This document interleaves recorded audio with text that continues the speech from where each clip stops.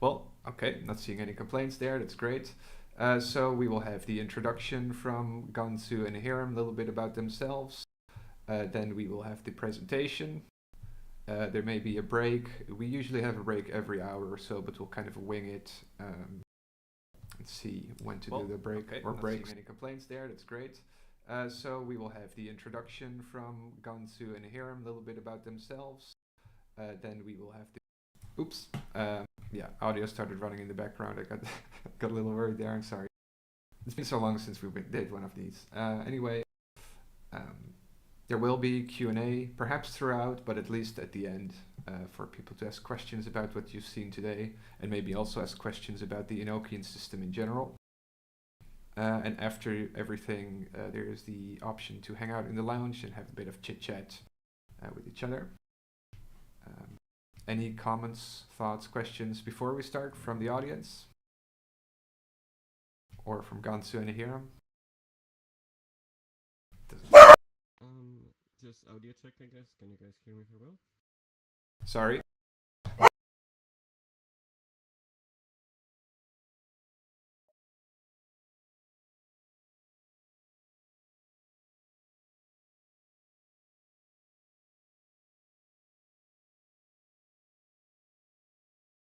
Can we introduce ourselves, Frog? Yeah, take it away. However you'd like to, by the way. So yeah, you will know me in this community as Gantzu. I've studied the subject of Enochian, I guess, over a decade now, since I think 2013. Even more so the general Western magical tradition. In the last 4 years, in particular, I've been studying these diaries, and I came to a lot of conclusions about them, about the contents of them that have not been really. One request, Gantzu, sorry. Could you get closer to your microphone? It sounds like you're a bit far away. Okay. Yeah, that's much better. Thank you. Okay. So yeah, I came to a lot of those conclusions that have not really been written in any literature that I read on the subject, and this eventually gave birth to previous lectures on Enochian that I delivered here, as well as this one. And I can say that the studies are continuing, and more and more interesting things are being found. So this is, a result of that, and there might be more in the future as things progress. So yeah, that's all from me. Ahiram? Yeah, my name's Ahiram. I've given lectures previously on VRM, on Gnosticism, Wicca, and Freemasonry. I'm a student of the Western mystery tradition, and I also have a strong interest in Eastern traditions, particularly Buddhism. I began a serious study of Enochian magic in 2022.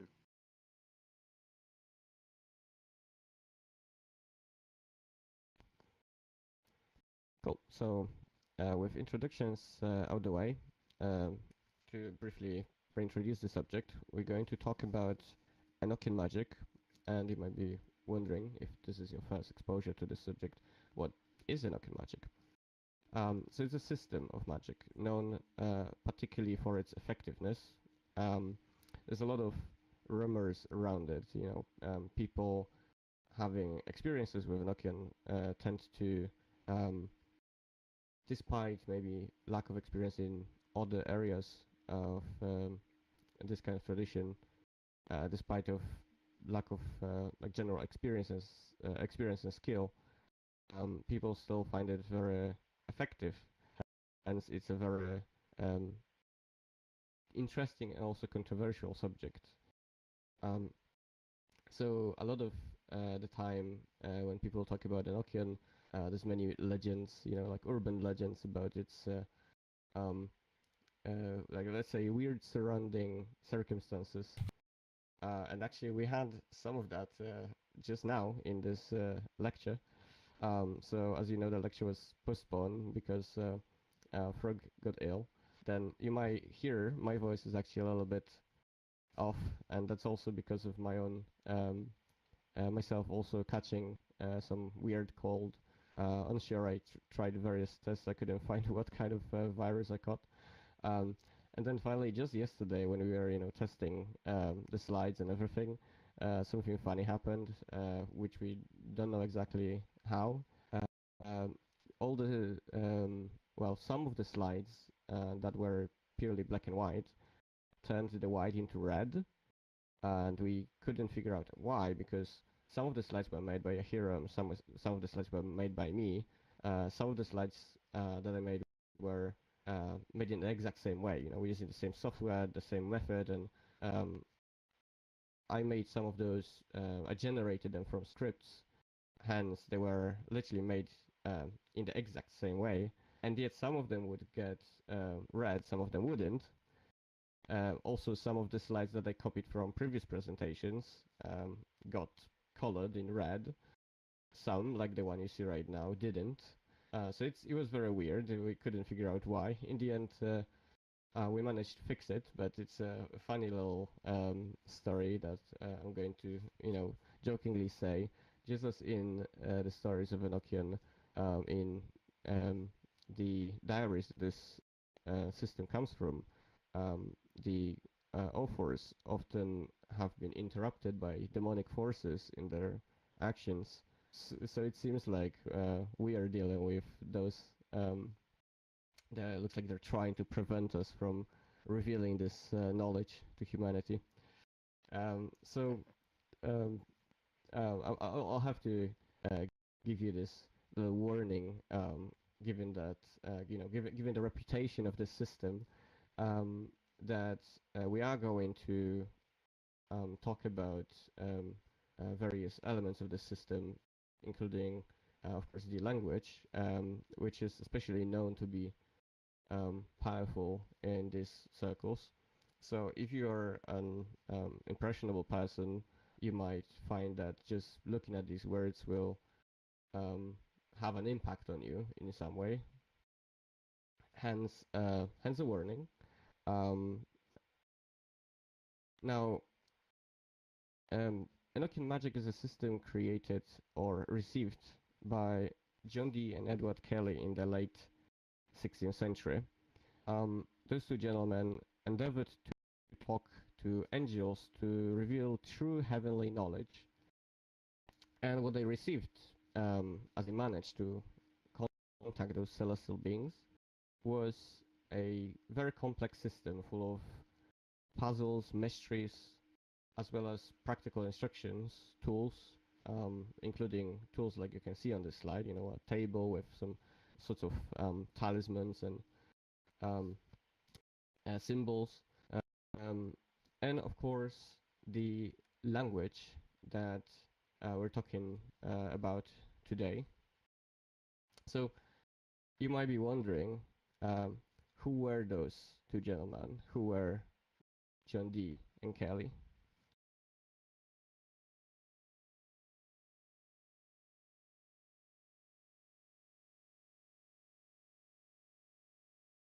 Okay, so Dr. John Dee was a prominent English mathematician, astronomer, astrologer, and occult philosopher during the Renaissance period. He was known for his intellectual pursuits, serving as an advisor to Queen Elizabeth I and conducting experiments in alchemy and divination. Dee was highly educated and well respected in academic circles, often referred to as a Renaissance man due to his diverse interests and expertise. Edward Kelley, on the other hand, was a self-proclaimed alchemist and medium, and was half Dee's age, being 30 years younger.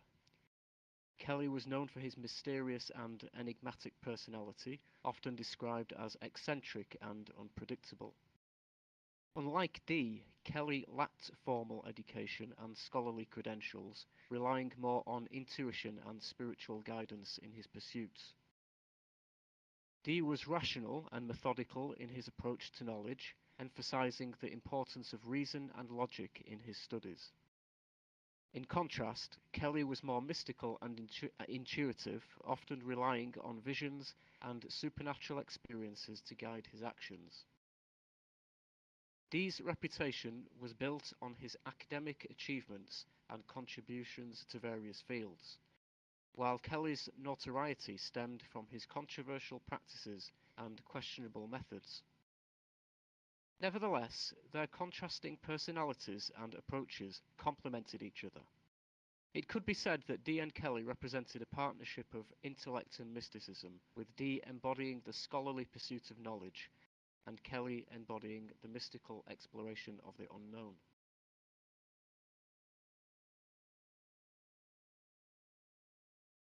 Okay, so let's make a start with the angelical language.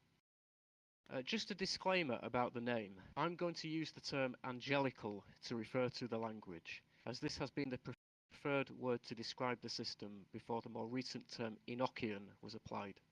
However, John Dee called it the celestial language, and the angels themselves called it the Adamical language. The reason for this latter term is due to its alleged history.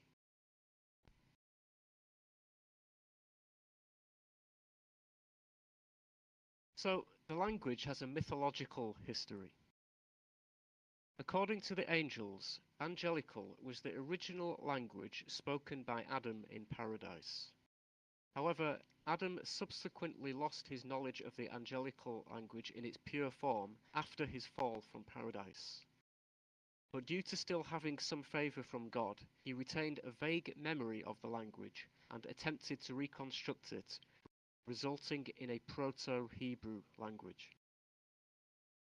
This Proto-Hebrew then became the universal language of mankind until the Tower of Babel incident, which led to the confusion of tongues.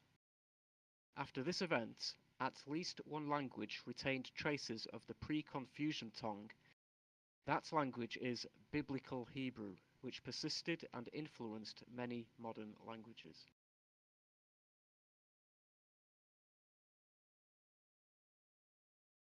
The Book of Loagaeth is said to contain the words of creation, and the angels mention that all created things respond to this speech. Human languages are considered imperfect compared to the angelical tongue, making direct communication with angels more effective in their native language. And Gantzu has a couple of things to say about this here.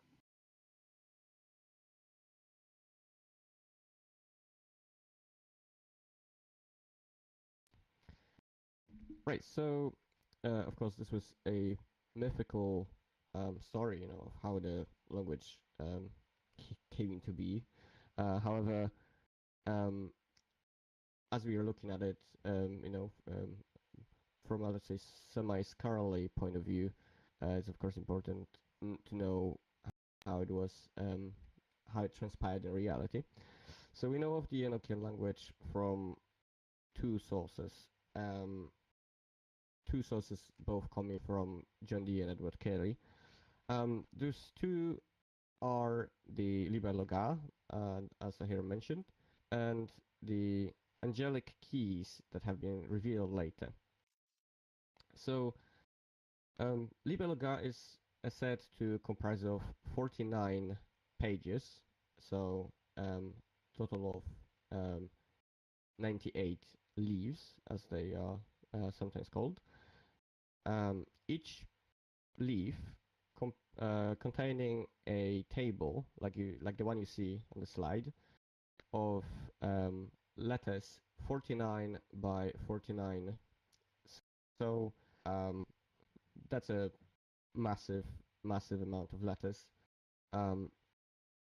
This book, Liber Loagaeth, is said to translate to the word Loagaeth is said to translate to speech of God. So this is a book of the speech of God, and these 49 tables are called by the angels to be gates of understanding. Now, if you studied Kabbalah, you might be familiar we have the 50 gates of Binah, or 50 gates of understanding. These 50 gates are, in fact, what either Angels or Dee or Kelly were clearly inspired by in this rendition. The difference, though, is 50 and 49. You see, 49 is a special number because it's 7 by 7, and we're not going to go into all the details, but Enochian really likes the number 7, just as the Bible, I suppose. So, although the concept is the same, the number is different. However, we also see further interesting inspiration.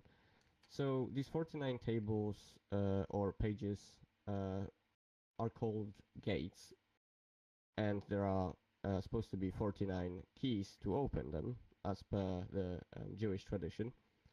Now, if all of these gates were open, the person that opened them would see God and become basically,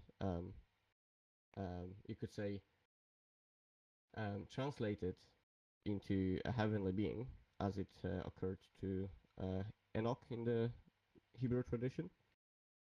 So it's often said that the final gate is not to be opened. I can give you a quote from the Talmud, Rosh Hashanah 21b, line 11. 50 gates of understanding were created in the world, and all of them were given to Moses, except for one. And God created 50 gates of understanding, but he made man a little lower than God, giving him only 49 of them. So you see that to open the final gate would equal to become God or become one with God, which is kind of a Jewish blasphemy. Nevertheless, the angels parallel the same idea. Even though they say there's 49 gates, they actually say that they only have 48 keys to give to Dee and Kelly. So they also say that the last gate is not to be opened. This practice of opening 49 gates or 48 gates is known as the Gebophal ritual. This practice so it comprises of several steps, but we're not going to go into deep details. It requires construction of the book, of Liber Loagaeth. So again, basically 98 of tables of letters. Requires 9 days of purification prior to the operation. Daily performance of a prayer of Enoch. This prayer being revealed in the diaries. And likewise, after the prayer, the practitioner is meant to recite the keys, keys being kind of short paragraphs in Enochian, to open these gates. So, of course, if there's 49 tables, that means the practice would take essentially 49 days. 58 if you include the 9 days of purification beforehand.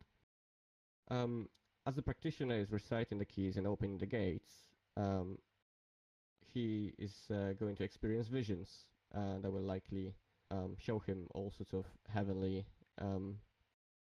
knowledge and realms.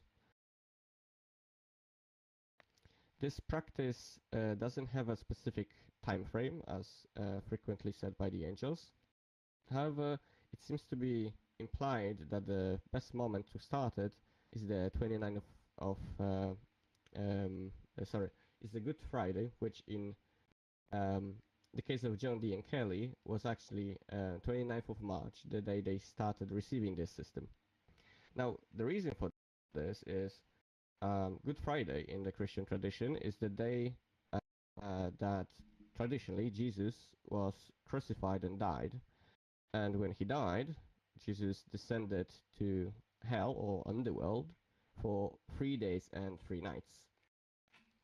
This is in the Christian tradition known as the beginning of Easter, and in the Jewish tradition as the Passover or Pesach.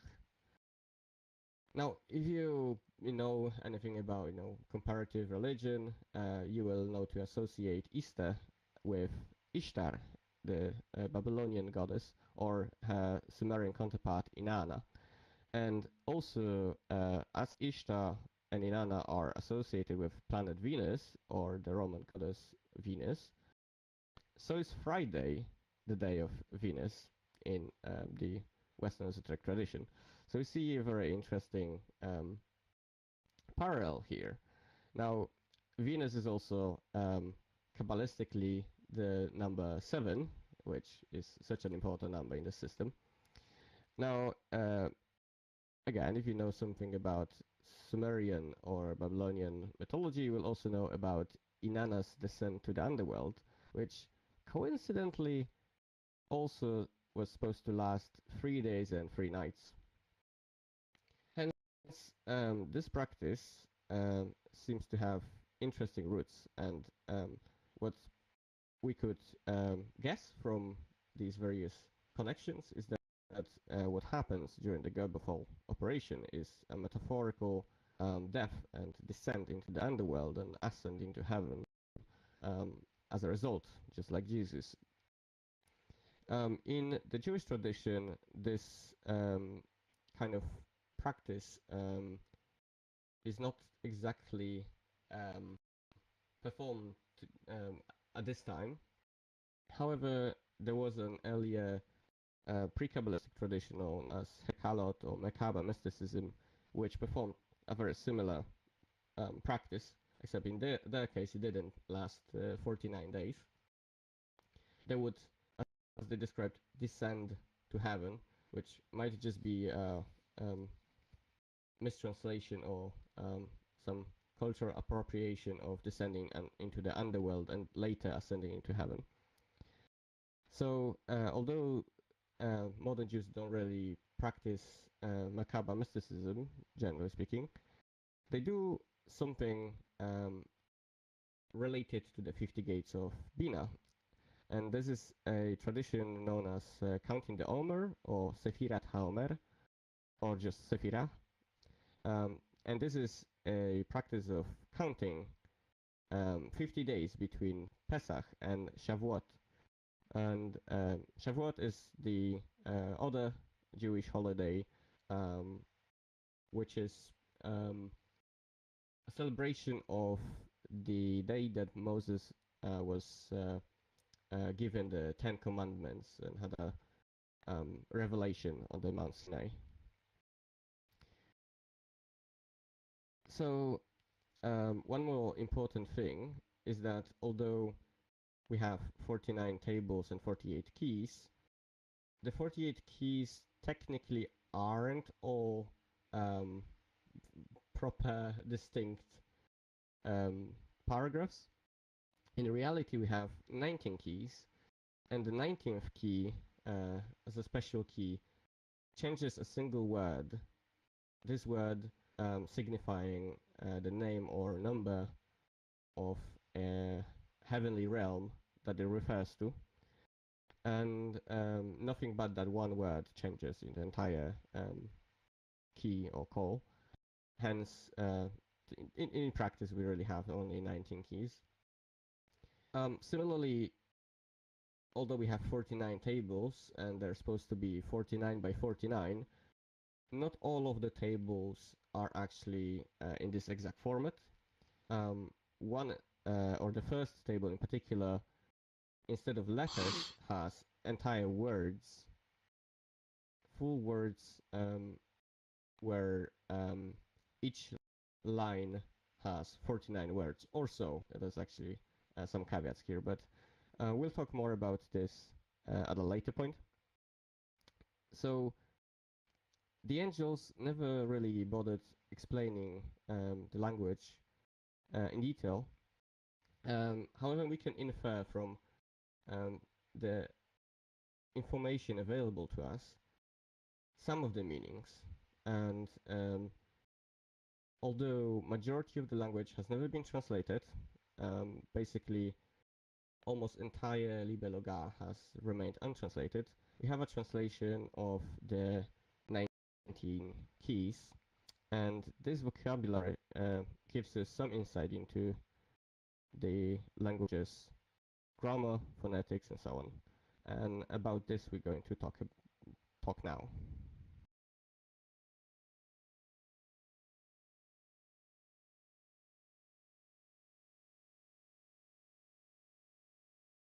Okay, so as this is a language, it has, of course, an alphabet. We'll start by exploring the visions granted to Kelly by the angels in 1583. During these visions, a series of 21 hieroglyphic characters was revealed to Kelly, forming the angelical alphabet, which runs from right to left in the Semitic fashion. Before transmitting the text of Loagaeth, the angels emphasized the importance of memorizing these angelical characters, which, as I mentioned earlier, were referred to as the Adamical alphabet by the angels. These characters were distinct from traditional alphabets like Latin, Hebrew, Greek, or Chaldean, bearing some resemblance to magical alphabets found in mystical texts. As Kelly continued to receive visions of the Holy Book, he encountered the final and correct forms of the angelic letters intended for the perfected copy of the book. So what you see on the screen here is Kelly's script of the characters, which were not completely accurate. These were characters that he had remembered from visions, and up to the point of transcribing the Holy Book, Loagaeth, he used for writing in the Enochian language, or the angelical language. However, in order to complete the book, the corrected forms, as you can see now on the screen, were transmitted. So according to Dee's diaries, 21 characters of the angelic alphabet materialized in Kelly's vision, glowing in a yellowish hue over a sheet of paper, remaining there long enough for Kelly to trace them in ink. Dee and Kelly were also instructed to replace Latin letters with those from the angelic script on previously made working tools. Remember that angelical is written from right to left. Despite many tries, no one's been able to pinpoint a specific Semitic source for this alphabet. The linguist Donald Laycock suggests that the characters have a Samaritan-like feel, with a touch of Ethiopic in their stylized forms. And if you actually have a look at Ethiopic and Samaritan, you can see what it means by that. It's not actually a bad description in terms of the the aesthetic quality of the characters.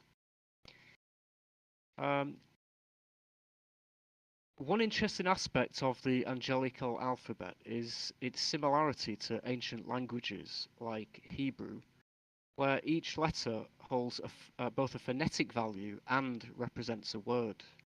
For example, the angelical letter M, known as tall, and you can see that on the middle line on the end at the right-hand side, tall, functions as a stand-alone word with its own translation, akin to the Hebrew letter mem, meaning water.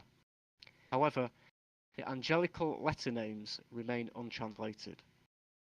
It's worth noting that the letter names do not occur in the calls, but almost all of them are found in Loagaeth.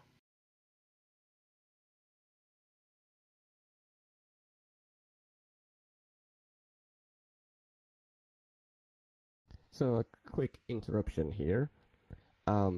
As you see on this slide, we run a little bit of counting and found that almost all of the names of the Enochian letters occur as individual words within Liber Loagaeth. So what you see on the slide is all those individual occurrences when the word stands by itself in the text. And as I mentioned, the first table of Loagaeth is full of words, not just letters. and we refer to its two leaves as 1A and 1B, right? So the A side and the B side. So all apart from three of the letters occur, the three being kef, graph, and gisk or jisk. Graph could be present depending on whether we accept an alternative spelling instead of graph with a ph. It could be graph with an f. The letter names appear to be used as regular words, and they appear in all positions in a sentence. So at the beginning, mid-sentence, and at the end of the sentence. Of course, some more commonly than others. The most common letters are the letter pa, the letter or, and na. Pa being 27 occurrences, or 25, and na 33. And this is a little bit unsurprising, given that pa is the letter B and the first letter of the Enochian alphabet. And again, if you look at the previous lectures, you'll see that the system is a little bit obsessed with this particular letter. And the letter na, also somewhat unsurprising, because it is the name of the Holy Trinity in Enochian. The letter means, the word na means Holy Trinity. And most of these names, in fact, occur only in lowercase in the Latinized transcription that John Dee created. However, of course, except for when they appear at the beginning of the sentence. And the exception of that is na. Na always, almost always appears in full caps. So could be that there's also a double meaning of the word, given that it doesn't always appear in full caps. Also note, na is the only letter name that we actually know the meaning of. None of the letters, as Ahiram said, have ever been translated. And yeah, we could speculate that a lot of these words are possibly root words. However, we haven't been able to find much in this regard yet. Not that we tried really at the moment. This is still work in progress. And they, of course, as root words, could very much appear in other words in their different forms. But we didn't check for that. So far, this is just individual words. And back to Ahiram. Real quickly, guys, if I may, I've been hearing a couple sounds from the audience. If you guys could please make sure to fully mute your microphone. Really appreciate it. And Radix, I noticed your avatar still has the slider too large. Could you maybe make it smaller? Thank you. Yeah, sorry for that, guys. Thank you. And let's continue.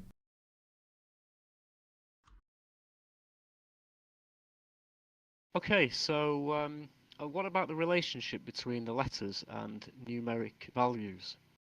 Well, I've listed here a selection of numbers that appear in some of the calls, and they're represented by letters.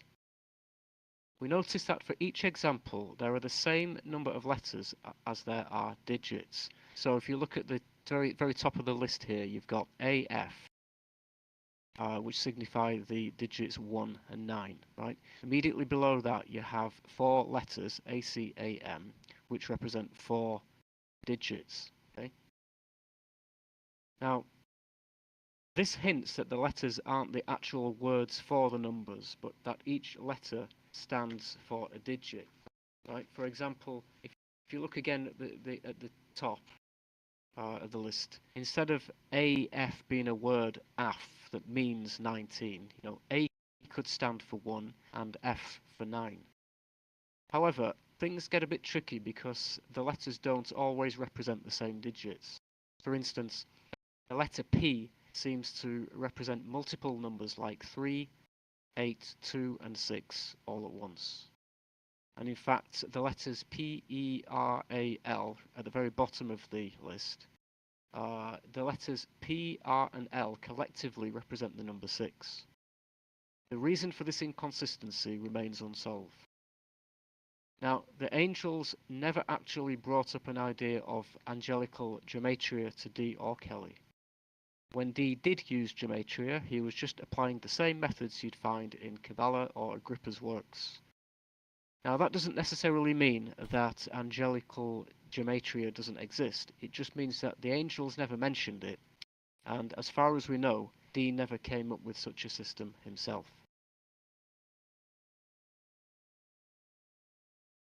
Okay, so let's have a look at some of the grammar we find in the language. For this, I must credit author Aaron Leach, who has published a very concise analysis of the angelical language, and whose books will be recommended for further reading at the end of the lecture. So to start with, angelical, like ancient human languages such as Sumerian, Egyptian, and Hebrew, exhibits the characteristic of fluid definitions. Fluid definitions occur when you have a single word or similar words derived from a single root word that encompasses multiple related concepts.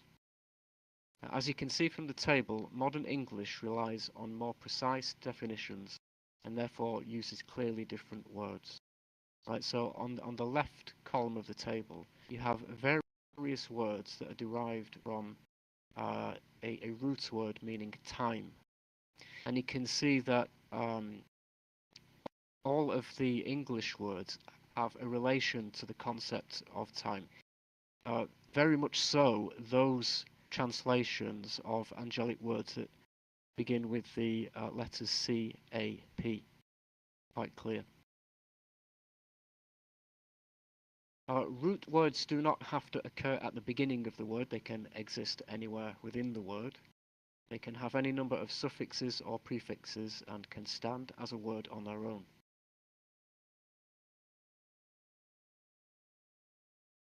We find certain affixes that alter the meaning of words. For instance, adding O to a word appears to imply the meaning of. Okay, so on the table here we have some examples.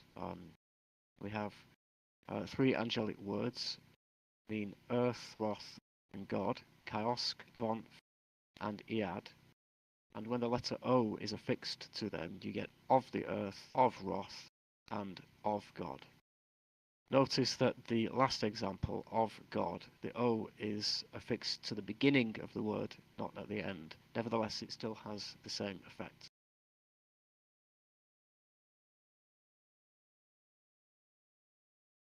Another affix is AX, which seems to change the form of a verb, although its effect isn't consistent. So you see that adding AX to the angelic word for comfort, blior, gives us bliorax, which is the infinitive form of the verb. However, adding AX to which means no, we get omax, which means noest, which is the second person singular form of the verb. Second person singular is no longer used in modern English.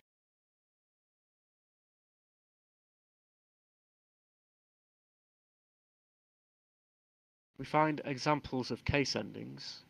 In the table is we have the angelical word kiosk, meaning earth, with various different case endings. It's worth noting that not all nouns have the same case endings, indicating a wide variety of declensions similar to those seen in Latin or Greek.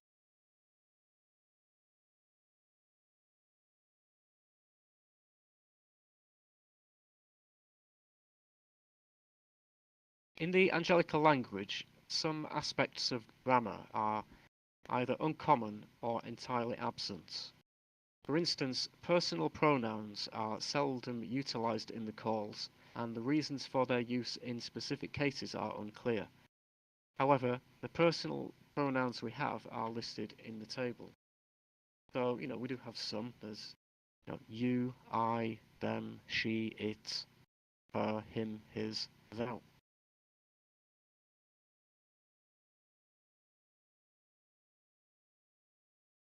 We also find some possessive adjectives that are often used together with their respective nouns. In such cases, they usually follow the noun and are actually connected to them to form one word. So, for instance, you've got in the table here, if you look at the bottom row of the table, you have tox, which means his or him. In the calls, we do find his power, right? Power being lonshi, right? And so we get the word, a single word, lonshi tox, his power. And there's another example. The word for her is tilb, but in the phrase her course is elzap tilb, all one word. Just while we're on the subject of adjective, it's just worth noting that non-possessive adjectives, which just simply describe a noun, are even rarer. But when they are present, they seem to adhere to the English rule of directly preceding the noun, as a separate word. For instance, mighty earthquakes, bohim gizyaks, two separate words. Unspeakable variety, adfat damplos, right? The verb comes before the noun and the two separate words.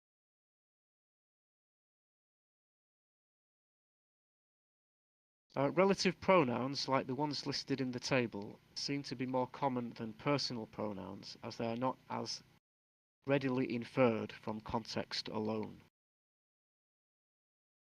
Now, we previously saw that affixing the letter O to a word gives the effect of putting the word of in front of it. However, there is a standalone occurrence of the word de, in the calls, which means of. Let me just get the relevant table up. So in this table, I have listed it with these prepositions. And they are sporadically present in the calls.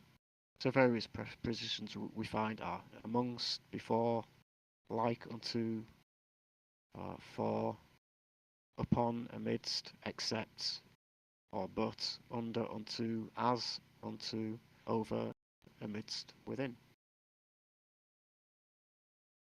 It seems that articles such as a, an, and the are completely absent in angelical. The presence of articles is solely inferred from the context of the sentence. This characteristic is also shared with numerous ancient languages, including Latin.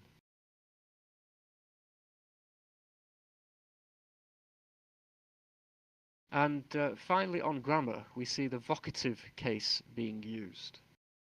Now, just to clarify, as we don't use this grammatical case in English, the vocative case is used for a noun that identifies a person being dressed. So a good example would be the famous line from Shakespeare's Julius Caesar, where Caesar's friend Brutus stabs Caesar in the back. Caesar turns around and says to Brutus, "Et tu, Brute," and you, Brutus, right? Brute being the vocative of Brutus because he's being addressed. And the vocative is used in various languages today, including Polish. Gantzu could give an example. Yeah, sure. So, yeah, many Slavic languages have remained in use with the use of the cases. Unlike Latin languages, see, Latin had cases, but most of Latin languages that have evolved from it, that are used today, actually no longer have them. So to give you a simple example from Polish, let's say the name Katarzyna, which is kind of like an equivalent of English Catherine. Let's say let's say we take the same sentence that we find in these diaries, barma, barman, to refer to the spirit. In these diaries, this is actually an evil spirit that the angels were banishing. So they said, "Get out of here, barman," right? They were addressing Barma, hence barman. So the letter N is added to the end. So to add the same to add the same sentence to the word, to the name Katarzyna, we can say something like wynoś się stąd, Katarzyno. So you see the sound at the end, a, changes into o. However, it is not a universal rule, and so we see in this case also with befafes, changing to befes, there's a completely different change than that of barma and barban. We can find, to give you a different example, let's say the Polish name Bartosz, which is like an equivalent of English Bart. If I said the same thing, wynoś się stąd, Bartoszu. And again, in this case, we add an extra u sound to the name Bartosz, Bartoszu. That creates the vocative case here. Back to you, Ahiram.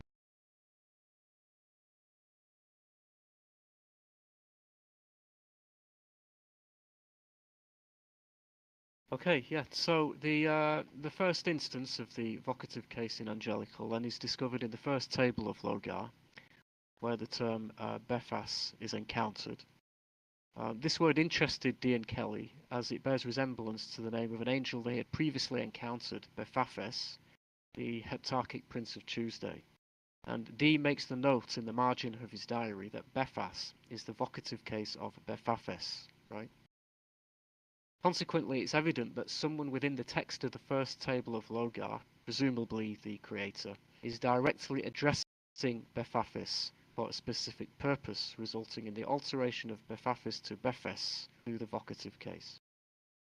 The second instance, as Gantzu just mentioned, of the vocative case emerges while Dee and Kelly are in conversation with the angel Medimi, and Medimi proceeds to exorcise the spirits residing in Kelly called Barma. However, as Medimi is addressing the spirits, the vocative form Barman is used. There are indications, although less clear, of different cases. The affix O, which we looked at in a previous slide, could be an example of the genitive case. The genitive case shows how one noun describes or belongs to another noun and helps to indicate the relationship between them. So for example, if I was going to talk about a car that belongs to Dave, I would say Dave's car. Dave's being the genitive, right? Indicating that the two nouns are related. In that case, a possession. So this could be what the affix O does, but we don't have enough examples.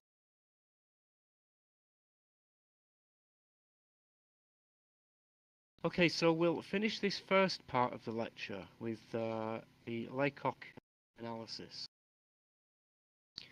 Okay, so the linguist Donald Laycock first published his Enochian dictionary in the 1970s and has become a monumental work in the study of the angelical language and Enochian magic in general. However, due to the limited sources available to Laycock at the time, some of his conclusions surrounding the language are questionable. However, I'll just summarize the main points of Laycock's analysis. So, in terms of pronunciation, Laycock said that apart from a few tricky combinations of letters, there aren't really any sounds that would trip up a native English speaker. He commented that some of the texts flow so well with repetition, rhyme, and alliteration that it seems like Kelly was actually speaking out loud when he received them. He noted that angelical spelling has both hard and soft values for certain letters like C and G. Laycock states that the English rendering of the calls is very free, often using several words where the angelical has one. Proper names and phrases are translated freely, sometimes adding in extra words to convey their meaning. There are also some uncertainties when it comes to certain words that only appear once in the texts, making it hard to verify their exact form or meaning. He says that different roots in angelical words can be identified, however it's unclear whether variations in spellings reflect the grammar of angelical. So, you know, he quotes, well, he uses the example that I used before, various words derived from Earth, you know, chaos, chaoska, chaoski, chaoskin, chaosgo, and chaosgon, but he says it's uncertain if these are true case endings or just random variations.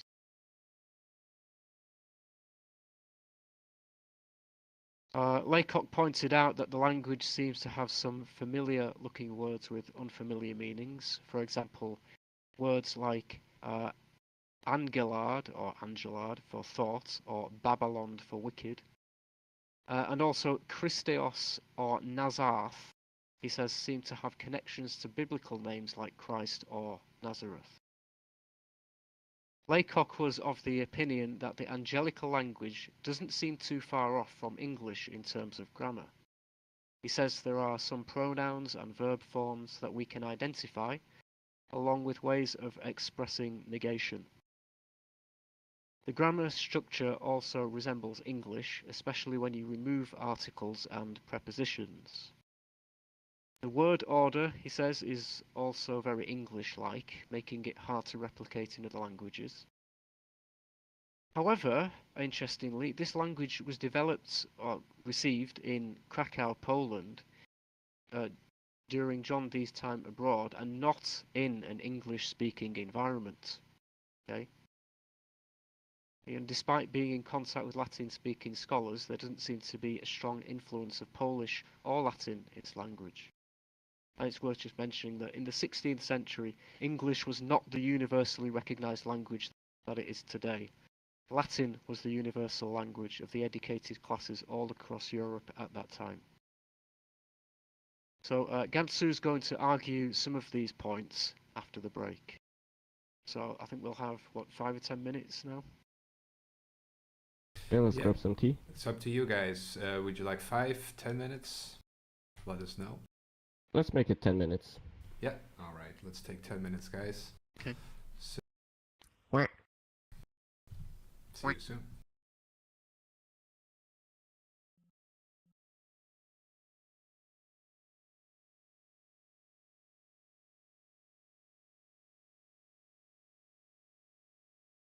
Peace.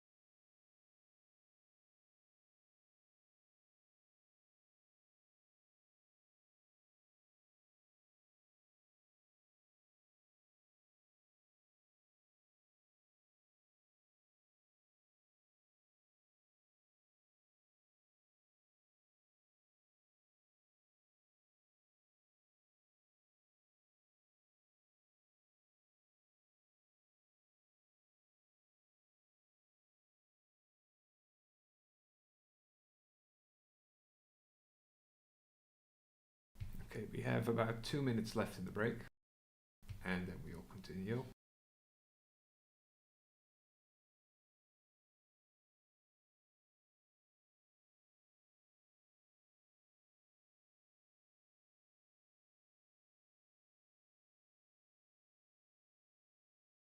Ahiram, Gantzu, are you both back? Great. Okay, let's wait one moment. Let me get set up again.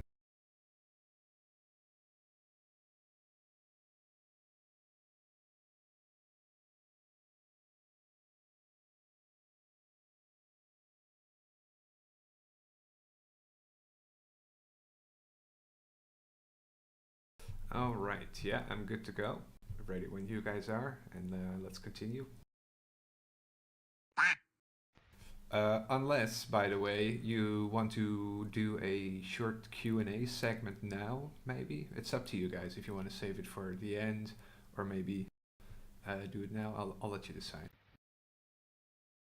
What do you think, Hiram?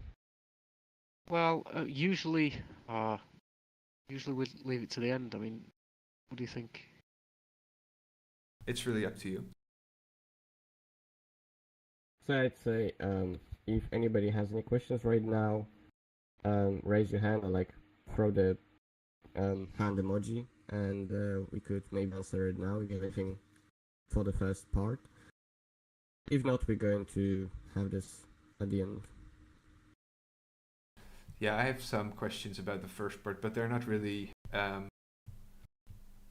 stuff that, you know, we really need to have the first part in memory for, so I think I can save mine for the end. I don't think there's any other questions. I don't see any on YouTube either. So yeah, let's just continue as we are then. Thanks, guys. Okay. We ready, Frog? Yep, ready when you are. All right. So yes, there's a few points that Laycock makes in his analysis. That myself, as studying the diaries, I find rather unbelievable, or sometimes even clearly incorrect. Let's start with what Laycock said about the grammar of the language. He said that the Enochian is very similar to English in grammar. And in particular, he said that there's nothing un-English about the grammar. Now, if you look at the next slide, he gave an example saying, "Atrpan korstebix," which translates to "cast down such as fall." He said, "This is pure English in its order and cannot idiomatically be duplicated in 4 words with these meanings in any other European or Semitic language." Now, first of all, English is not really in 5 words either. So, cast down, technically, you could say that it's 1 word in 2, but it's still 5 words. Gantzu, if I could interrupt you for just a moment. Is anybody else hearing Gantzu's voice lagging out a little bit, or is that just me? Just want to make sure. It's really just Sounds me. fine. I'm hearing him fine. Yeah, it seems like I might be having a little bit of connection issues. I hope it'll sort itself out. Let's continue for now. If not, I might have to interrupt in a moment and then just restart VRChat or something to see if I can improve it. But for now, let's continue. Sorry for the interruption. Okay, so secondly, this is actually incorrect. Myself being a native speaker of Polish, I can clearly say this is incorrect. This sentence very easily translates to 4 words in Polish. There's several variants on how exactly you can say that. You could say "zrzuć tych, co upadają," or "zrzuć takich, jacy upadają." takich, którzy upadają, and so on, several different variations, but this means exactly, what the Enochian or English in these sentences, yet does it actually in 4 words. Now, yet, despite this similarity, Laycock follows to say that it would be futile to look for Polish influence in Enochian. Now, he has a bit of a point, because yes, although the system was delivered in Poland, John Dee and Kelly were mostly surrounded by scholars that spoke Latin. Latin was actually at the time in the Polish royal circles official language, officially legal language. So of course, all the nobles that John Dee and Kelly had contact with spoke Latin perfectly. That said, of course, it seems to me that Laycock is missing the fact that while they're in Poland, and the sole reason they were in Poland were because they made a friend, Albert Laski or Olbracht Łaski, who obviously, although he was a noble and spoke Latin, also spoke Polish. And if you spend more than a year, as they did in Poland or any other country, you will naturally hear some of the language.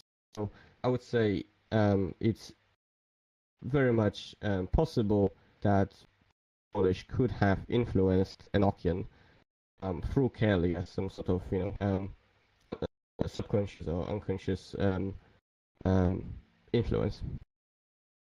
Yeah, I'm afraid I do have to try restarting VRChat, guys. So give me a moment. I'll be right back. All right.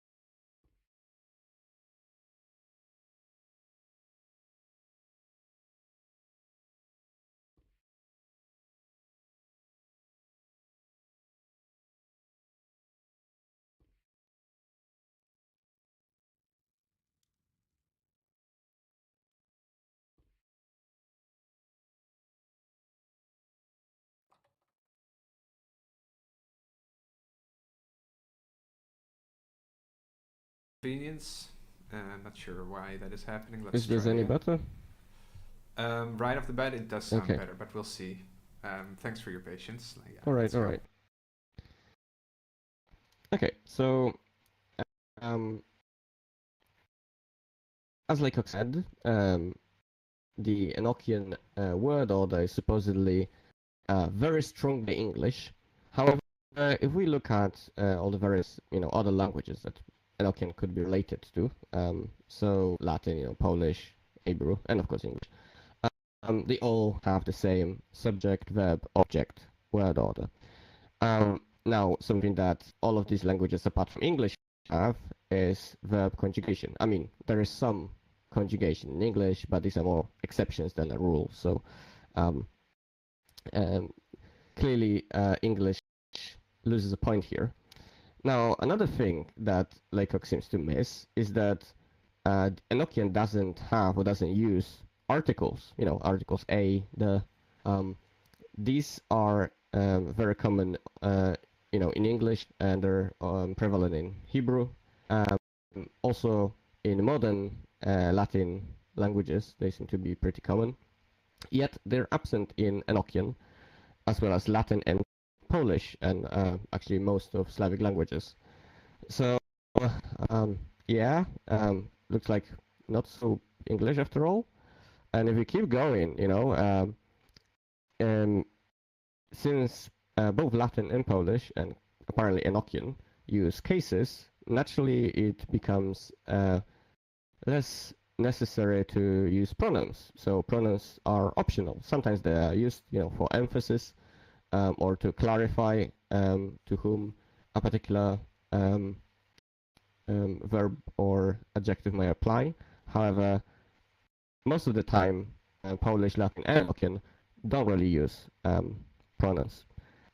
And again, Hebrew and English are strongly dependent on pronouns. Like if you try to remove pronouns from English, a lot of the time it would just make no sense, except for some very highly contextual informal speech maybe. And finally, of course, cases, as we've mentioned. Enochian, Latin, Polish, they all have cases. Hebrew and English, they don't have cases. So far, if you look at the table, English is the very last, very bottom of languages that Enochian is similar to. This was the first point I have a big problem with of Laycock's. However, there are also other points about vocabulary. See, like I here mentioned some words in Enochian that appear to be somewhat related to various human human languages, particularly some religious vocabulary, or religious in our human tongues, not necessarily reflecting that in Enochian. So to give you an example, Christios in Enochian means let there be. Laycock proposed that this could come from Christ. And this is actually a good example. Actually, I'm in favor of this one. See, Christ is equalized with the Logos meaning the Word of God. And, in the beginning was the Word, and also it is said that in the beginning God said, let there be light. Hence, this kind of makes sense, right? A little bit stretched, and you really have to make like 4 logical steps, but it makes sense.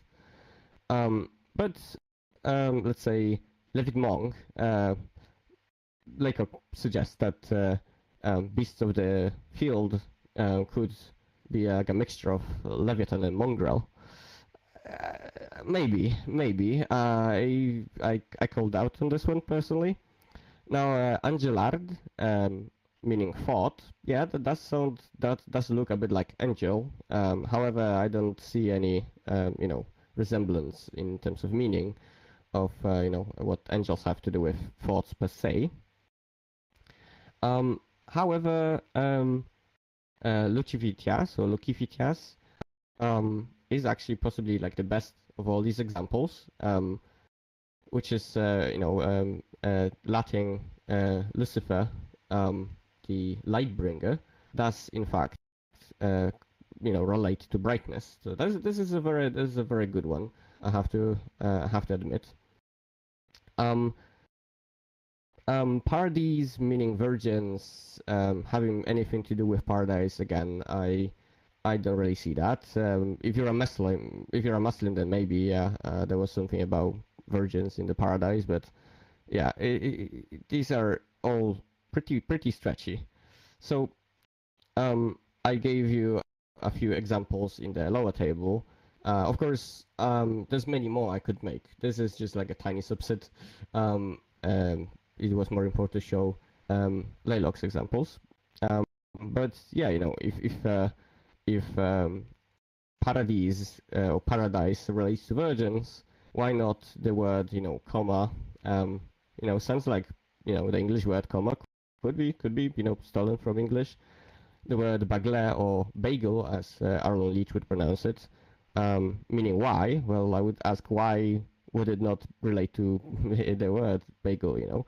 See, these are not really English religious or words, but they do seem very similar to English words meaning various things. And we could argue that, you know, the Enochian word home, meaning lives, does in fact relate to home. You know, home is where you live. Or lava could be a very, you know, fervent metaphor. Now there's other examples that Laycock personally didn't make, however some other people suggested. For example, the word loga, relating it to logos.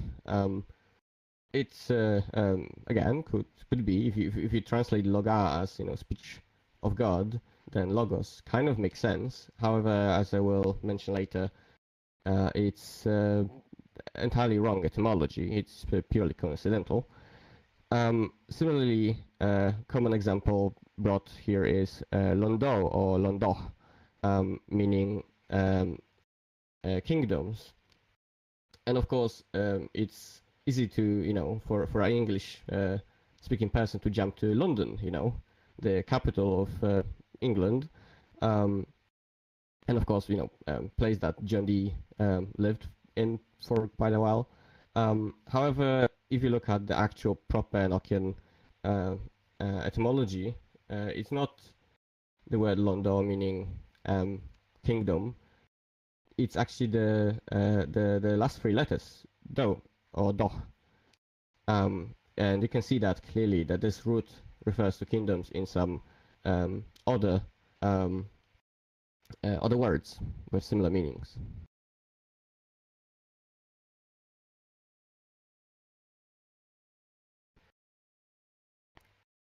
Now, I mentioned before that the tables of Loagaeth are not exactly all the same.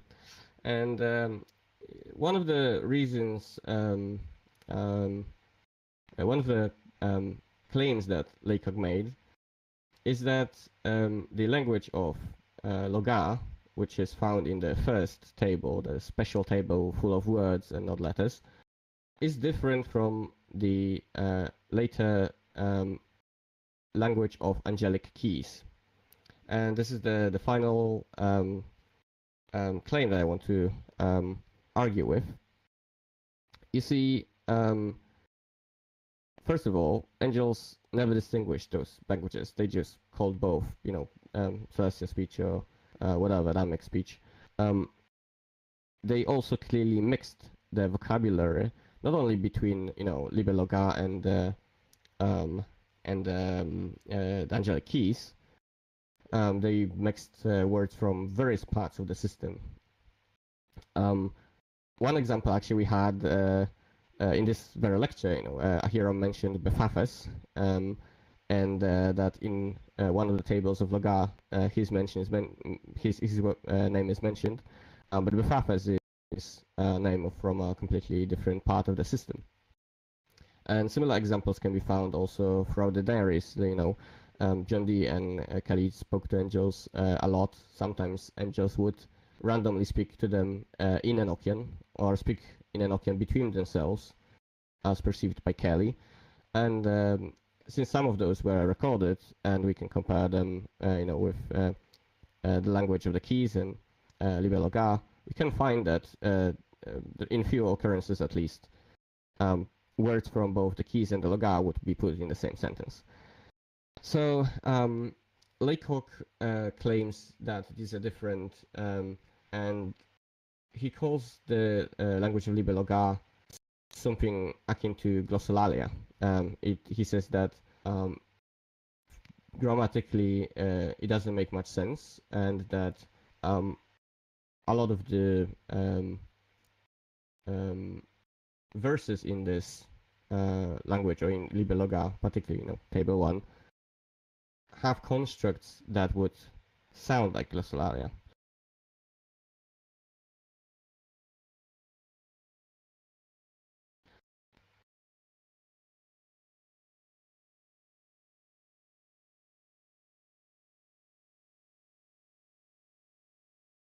So before I argue with this point, I'll have to tell you a bit more about these tables. So again, tables 1a and 1b, or leaves 1a and 1b are actually full words instead of letters. These can be easily fit into a 49 by 49 table, and some of the rows have too many words, some too few. So there's a bit of a problem there, and Dee himself struggled a lot with trying to figure out, which words should be split or connected to actually fit them in this 49 by 49 structure. As far as we know, we never figured that fully out in the end. Nevertheless, these tables are very, very useful for seeking words in other tables. You see, this hasn't been explored much from what I've seen, but all of the tables appear to contain words. See, if you look at the tables 2a and from 2a to 5a, you will see that some of the squares with letters will contain a dot. That dot appear to be a word separator. We will see that the tables 2a to 3b are fully divided, right? All the rows of the table are with dots. We also find that all of them have accents above the letters. And some of the tables of 4a and 5a will have these dots and accents.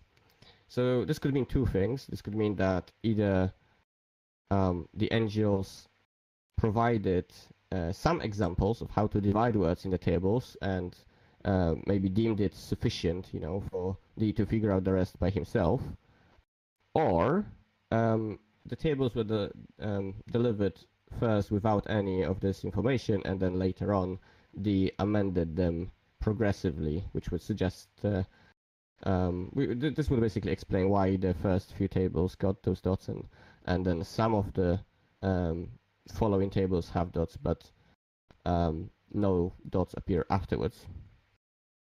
Now, so all tables from the leaf 2a to 25a follow this basic 49 by 49 pattern. One exception is the table 9a, which you see on the slide on the left side. This table for some reason has a distinct circle in the middle and squares in corners delineated by numbers. Also in this table in the middle you can see the name Bornogo, one of, again, the good angels from a different part of the system, like Bethafas. Following this, there are leaves 25b to 28b, interestingly 7 leaves exactly, which appear to have some or all letters rotated 45 degrees in both directions. This should suggest a diagonal reading. So instead of reading them, left, right, or right to left, you would read from the corner to another corner. All the following leaves, so from 29a onwards, appear to have half of the letters. So there is a letter and there's an empty square, and then there's a letter and empty square, and so on. 29a and 29b, in addition to that, have some extra letters in corners and on the sides, forming squares, like you can see on the table on the right. The empty squares generally appear to be alternating, so that putting together the front and back leaves, A and B leaves, would complete one full square. The leaves 43a and 43b contain the first row filled, and 43a, in addition to that, has extra letters forming a square in the top left corner. A cryptic note by Dee suggests the following leaves, so from 43b onwards, should likewise be filled. However, it's unclear how. No method has been provided, no further information. Finally, the 49th table is actually not in this format at all. it was originally provided as just a few sentences, and were Dee and Kelly were later instructed to arrange 5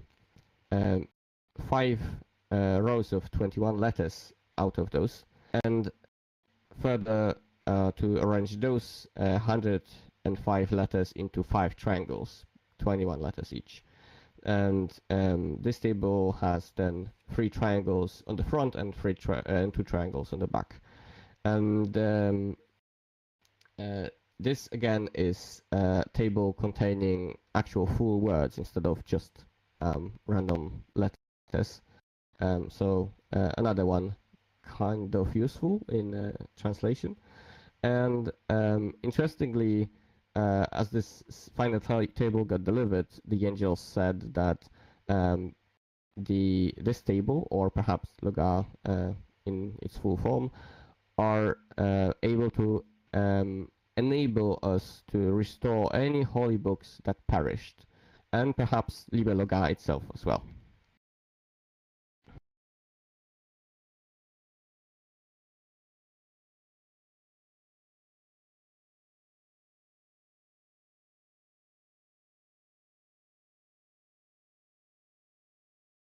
Now, that we have some context about the tables and different formats contained within them, I would like to further argue against the argument that Liber Loagaeth and angelic keys are 2 different languages. Another argument or point Laycock is making in favor of this argument is that according to him, the language of the calls contains weird clusters of vowels or consonants within words.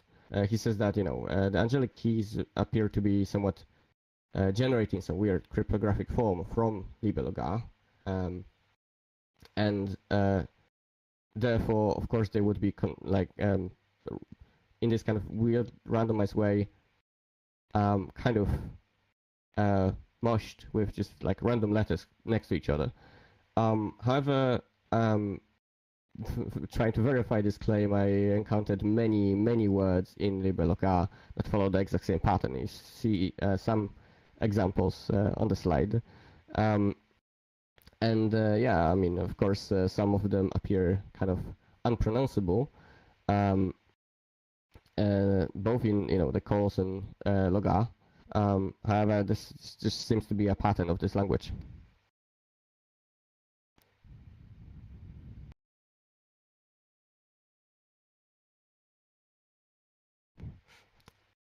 So another way to verify this claim was to have a general look at the letter frequency within Liber Loagaeth and tables.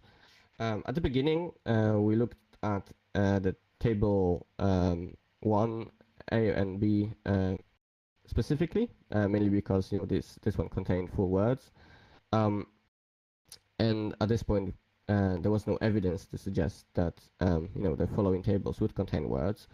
So looking at these, we found that they're actually pretty consistent. There are some differences, right? Okay, you can see a big one, especially with the letter I, or angelic name gone, and the letter A is a little bit more common in Loagaeth, for example. The letter O appears to be a bit more common in the calls. However, they generally seem to follow like the same pattern. They seem to be quite close to each other.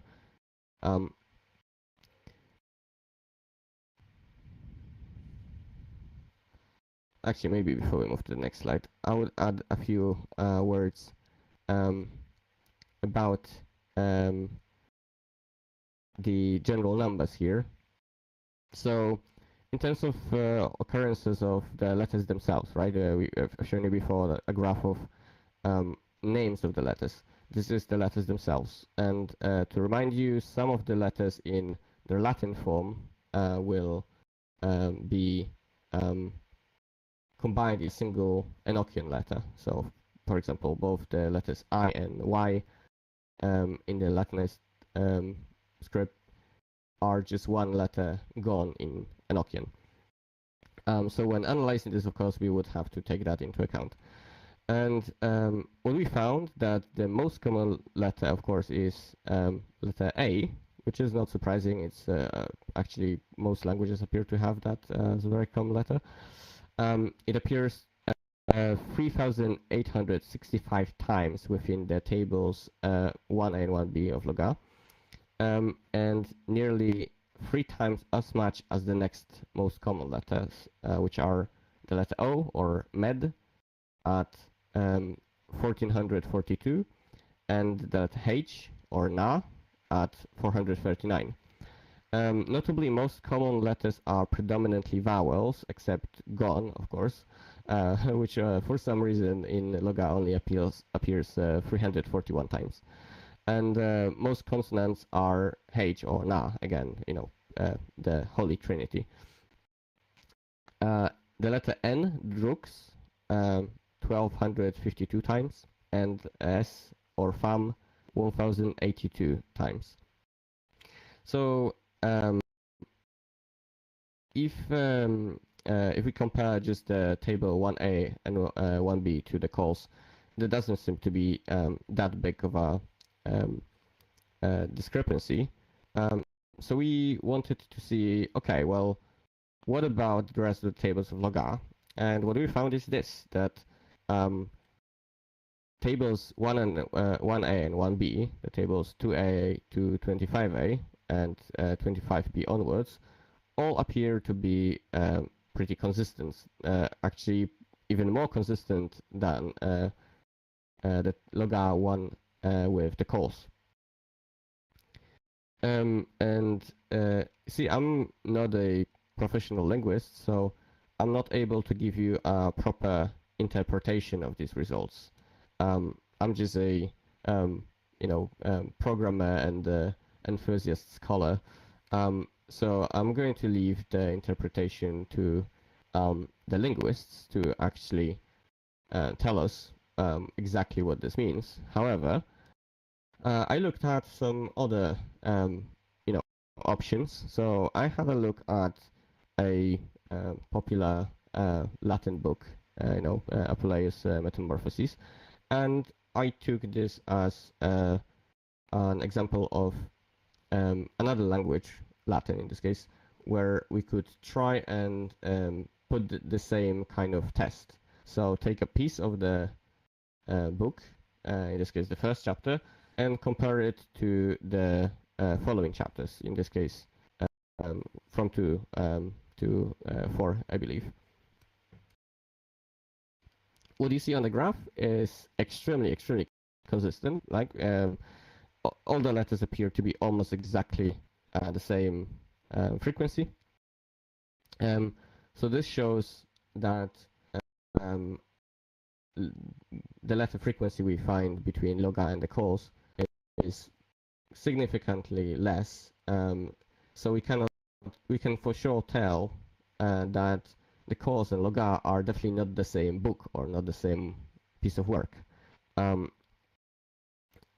Now, if we look at 2 different human languages, we see in this case in the Polish the novel Lalka of Bolesław Prus, and again the Metamorphoses, book 1 of Apuleius.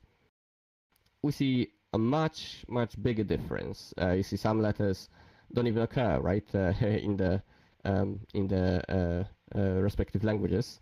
Like the letter Z seems to be extremely common in Polish, but is practically non-existent in Latin. Some with like letters, J, K, they don't really exist because Latin just used the equivalent C and I.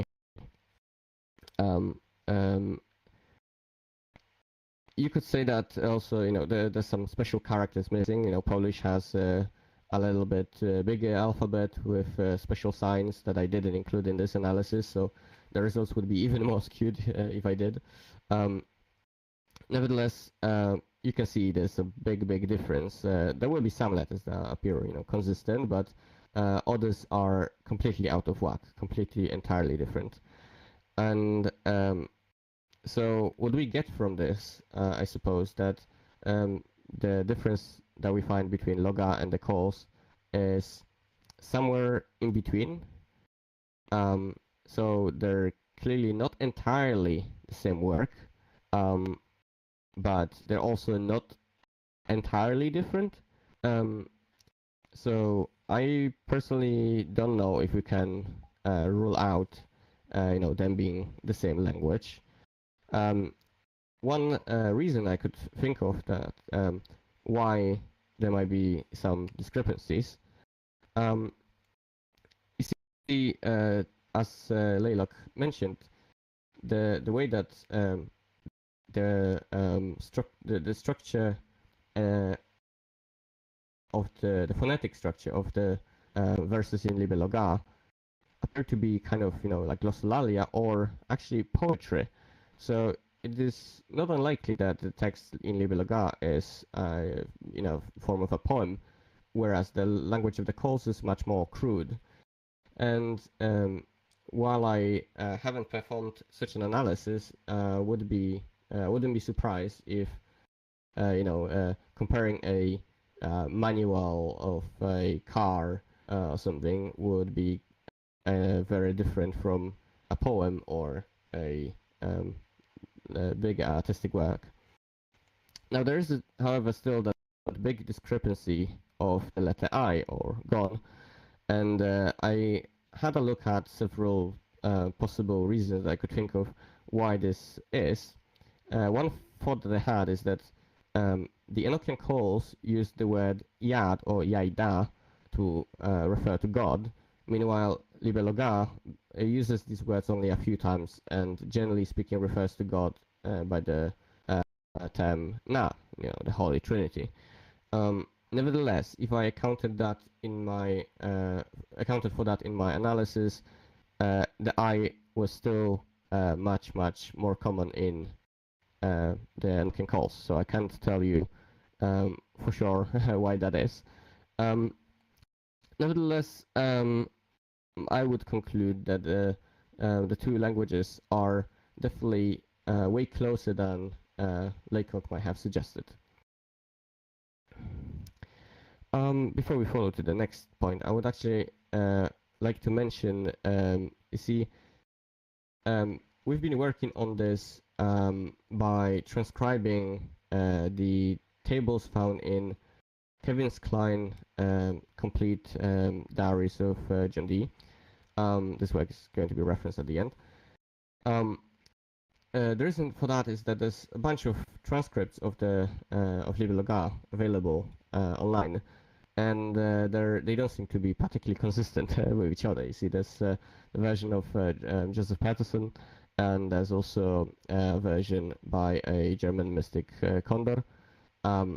And I didn't manage to find a digitalized version of Kevin Klein's tables, so Ahiram has been performing a manual transcription of these. This is still work in progress. And from these transcriptions, I would perform, this software analysis. Obviously, we wouldn't count all these by hand.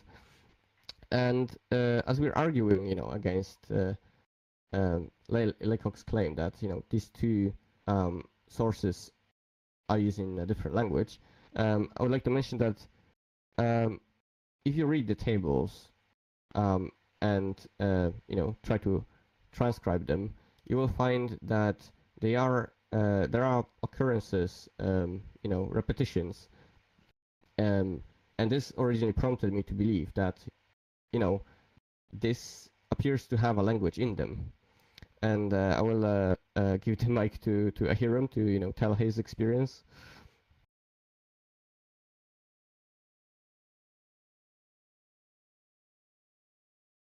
Okay, so well, on first glance, the tables look as though they're just composed of random letters. However, when you begin to transcribe them, it immediately becomes clear that they're composed of words.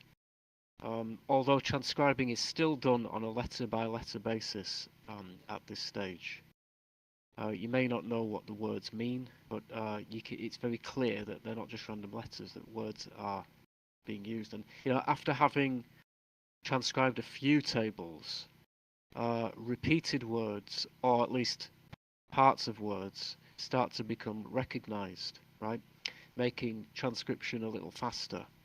So rather than just transcribing one letter at a time, you can, you get to recognize words, or at least parts of words, and it just becomes a little bit easier and a bit faster to transcribe, even though you may not know what the words mean.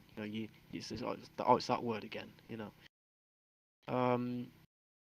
Another thing as well that I noticed is in the earlier tables there was quite a bit of punctuation, quite a few full stops or periods, as they're called in America.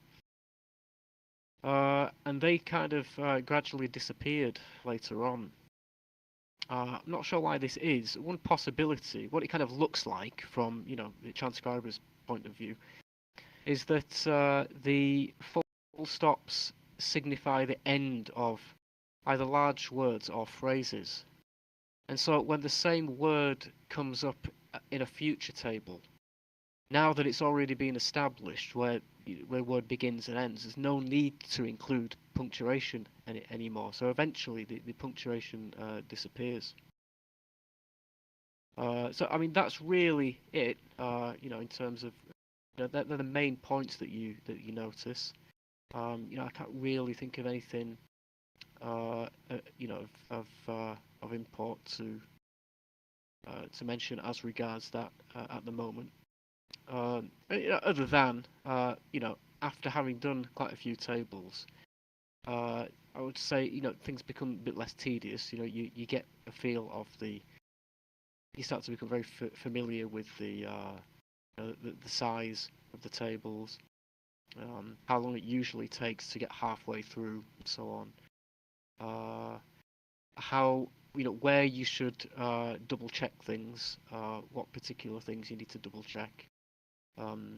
Obviously, there are accents that are used on many of the letters, acute accents, various other little symbols, and there are some special characters as well. Again, this is funny.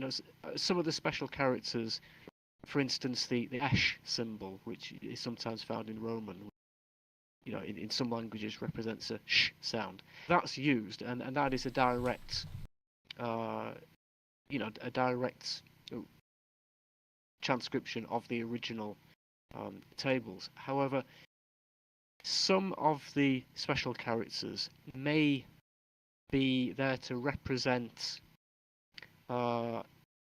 regular letters that are difficult to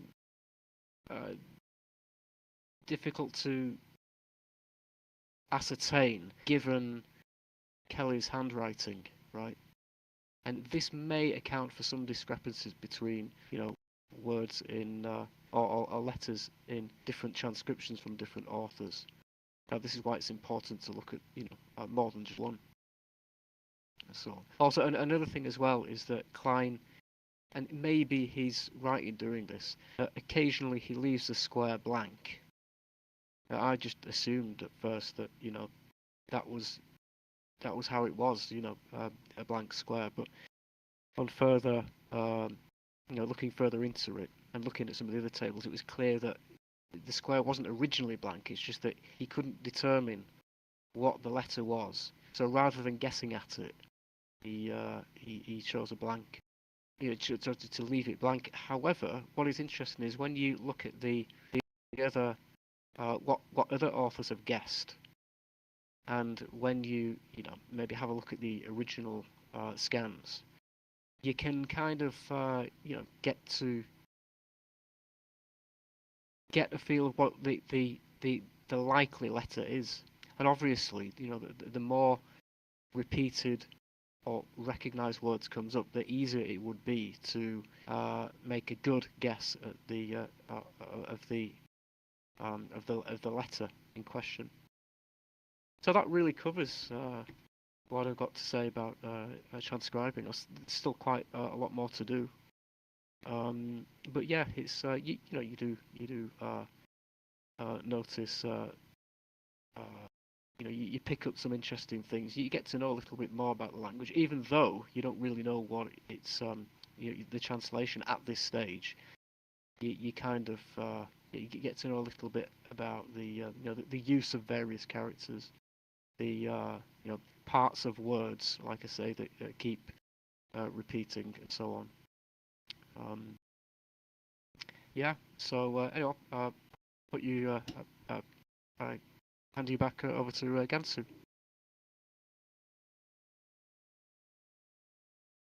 So the method that we've been following, Ahiram has been transcribing tables, and I would use various software tools to compare those tables to the other transcriptions that we have, like I mentioned, Peterson and Conda in particular. That would, of course, include things like normalizing these various weird signs that Ahiram mentioned, removing the accents, which technically don't really occur in Enochian, and on top of that, we've performed a little analysis of the words themselves, since the graphs that I just showed you told us that the language of Libera Loagaeth, both in the words and letters, appears to be pretty consistent in terms of the letter frequency. We gave it a shot to see how much we can actually get out of those tables in terms of words. So we took an Enochian dictionary we found on the hermetic.org. This is Benjamin Rowe's version of the Enochian dictionary, so it might not be perfect, but it was just an low-hanging fruit, easy to copy and use in scripting. We modified it somewhat, so I removed all Crowley's entries and Schuller's. These are modern additions and have really nothing to do with real proper Enochian. We removed all the gematria. That's also that was also added afterwards. That has nothing to do with the original material. Also, I added words from Liber Loagaeth that we have that have been translated from the diaries, and I also added any other words that we find in Enochian in the diaries that might not have been fully translated. So we extracted the words from the leaf 1a and 1b of Liber Loagaeth, and then we also extracted the words signified by those full stops between the different parts of the tables of 2a to 5a, and also added words that we find on titles of the leaves that I forgot to mention before. Each leaf above the square of letters also has a few words, or sometimes just one word, as a title in Enochian. And then we took all of these words, we put them together and ran various calculations. So what we find, first of all, is that a total of 623 unique words is found in the calls in the dictionary, and this is out of 1,147 total. So there's 54% of all the words that we find in the calls are unique words, and by unique I mean words that are in distinct form. This doesn't mean words that have different forms. So because Enochian has cases and conjugation, different words might have different forms, but in these calculations we counting them as separate So from Liber Loagaeth, we have 35 words only that have been actually translated, not a lot. This is out of 2,734 unique words that we find in the tables 1A and 1B. And this is also, furthermore, out of a total of almost 4,000 words. So less than 1% of actually, well, 1.2% of all words from Liber Loagaeth are actually translated. Now, of course, if we put those things together and check, words from the course within Loagaeth, we find actually a little bit more. We find 43 unique words. And this bumps the total of the total percentage to 1.5, which is still not a lot, unfortunately. However, so see, these are exact matches. See, this is words that are in the exact same form in both the course and Liber Loagaeth.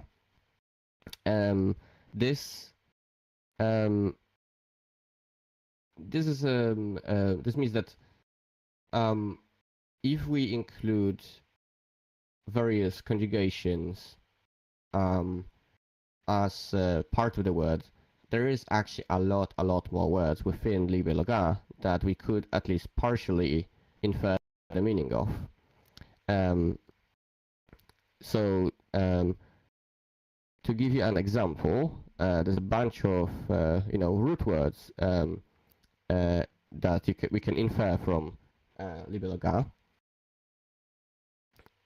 One such example could be the root adr, and we can find, for example, words adra, adrai, adras, adrios, adro, adro, adros, adrux, and also, if you are paying attention, you can think of the words from the course, like adarpan, from adarpan, korstadabix, and there's also a word in the course, adroch. Another example could be the root adje, ajed, ajef, ajelfa, ajematon, ajen, ajes, and there's plenty of such examples. So let's say if we figure out the root for the meaning of the root adr, we could translate many more words.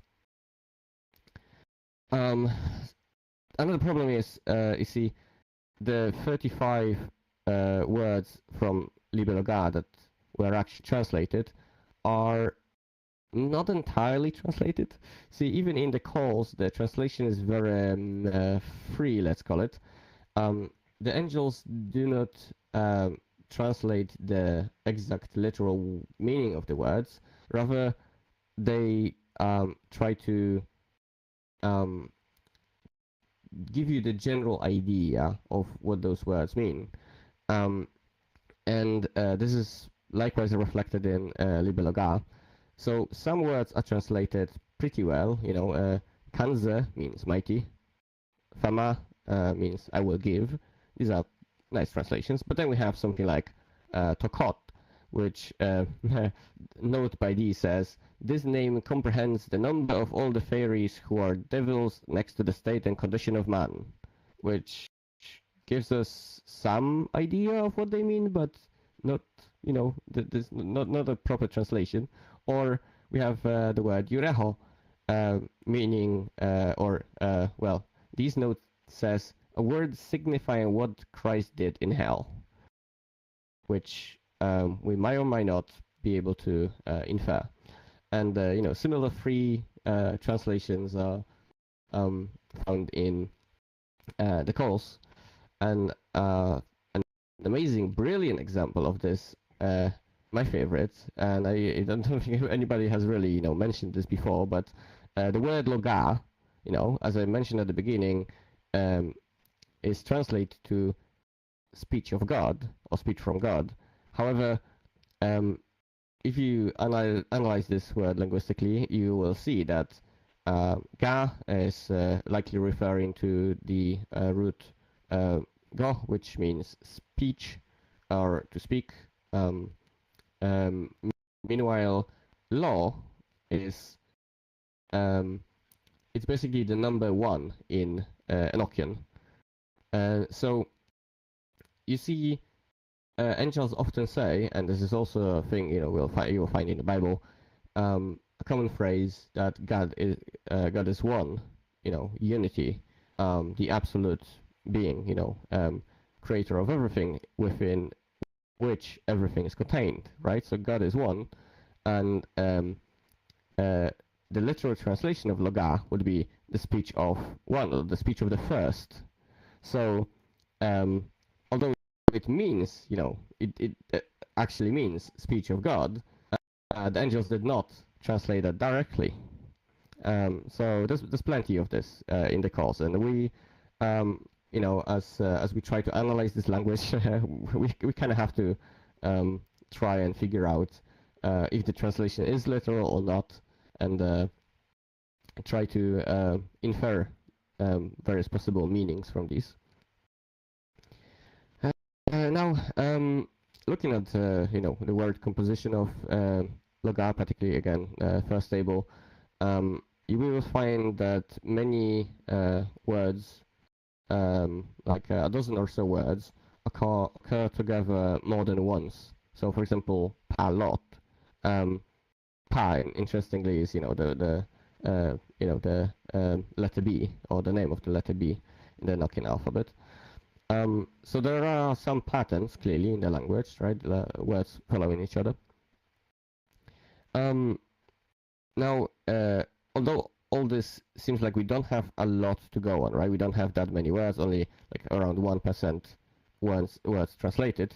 If we actually put all those words together and we actually add these various root words, what we get is a total of 629 words, which is 15% or almost 16% of all the words. This is pretty good, and I forgot to include that in the slide, but this is actually 23% of all the unique words, so that's an even better result. And now, important to mention, these numbers are all just estimates. Remember that there's many of these transcriptions, and they don't always, agree with each other. And of course, software is not perfectly capable of figuring out all those nuances of language. The root word doesn't necessarily always occur in words in the same form, and it's tricky to program something like that. So, considering that the matching algorithm is imperfect, some of the words might have been omitted, so there might be actually many more words. But this also means that from the matches we have, we might not be able to fully translate the words that we found, right? We might be able to get some hint of their meaning, and maybe from that hint, we'll be able to figure things out of context, but it's not guaranteed. So it's a little bit tricky to tell you exactly, how much we can translate from this. One interesting note also, actually. So in tables 2A and 5A, there might be some errors because we found some very, let's say, ridiculously long words. So to give you an example, the word Zurechodargon Zurab, which you could say that it's a pretty long word. However, if you look at it closely, you can find at least 3 distinct words. Zure appears to mean something related to prayer. Od means and in Enochian, and Zurab, well, again, appears to be something related to prayer, to the root zur. It is important to mention that Enochian employs a feature of language known as compound words. so it combines various words to form a bigger word. This is very commonly used in German. They put many different words together to create a slightly different word in with a different meaning. And in English it's also used, although in a slightly different way. So let's say we have the words tooth and brush, and if you put them together you have toothbrush. Well, we still write toothbrush separately, I suppose. Not sure actually about this one. Feel free to correct me, but the words don't necessarily have to be together to mean the same thing, as we had the example of cast down previously in the lecture. That said, this feature makes it a little bit unclear if the words we find are actual words or just mistakes. So you see another word. I'll give you an example. This is a little bit difficult to read. Ampsiloda longifar canadox. This word is 26 letters, and in this case again we can actually find some known word. Ziloda, the part of the word appears to be related to zilodarp, which in the Enochian calls is translated as conquest or stretch forth. And again, 26 letters appears a bit ridiculously long. However, if we think about German, they have words such as Geschwindigkeitsbegrenzung, which means speed limit, a very common word, which is also 26 letters. And there are many longer words in German. I think that the longest one I know of is 67 letters. So this is not that super uncommon. Yes, Frog? It's been another hour since the last break. Should we go for another break, or how much is there left in the presentation? I would say we don't have that much left to say. So if you give me some 15 more minutes, we could finish. What do you think? Worth a break or not? Yeah, if it's less than half an hour, I'd say we can probably do it now. Not to rush you guys or anything, not at all.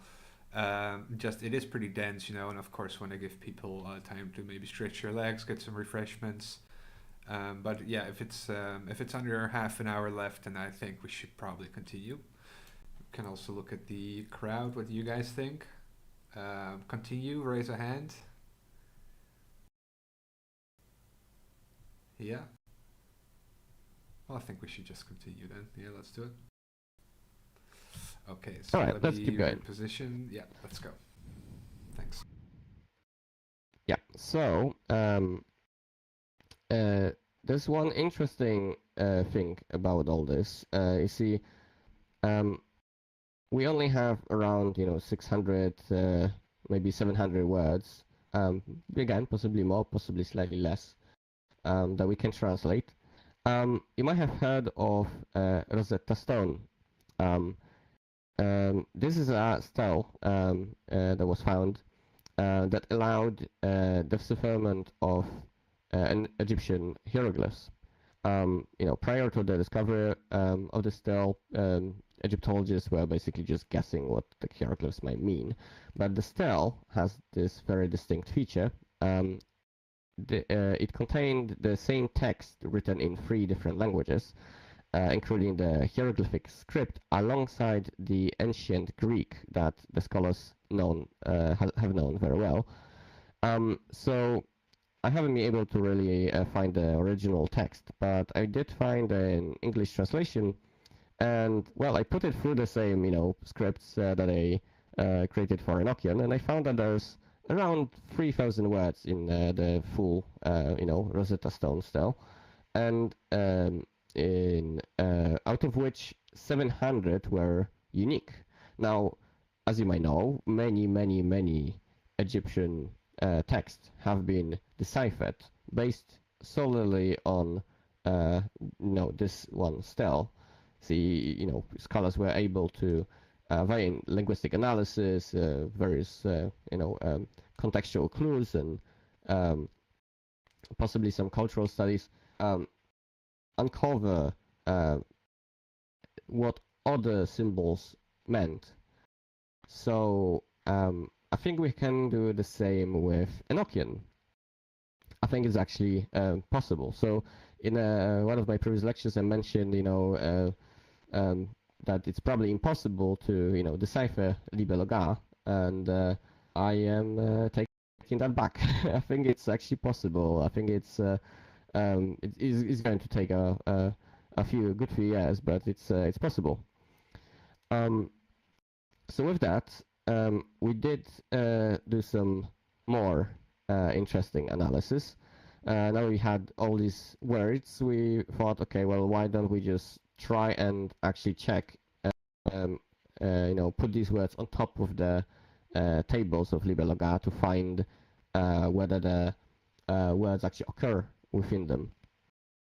And well, this is an example of the table 2a, the line 12, and various words or part of words that have been found within that table, sorted in this nice manner so that it creates this staircase pattern.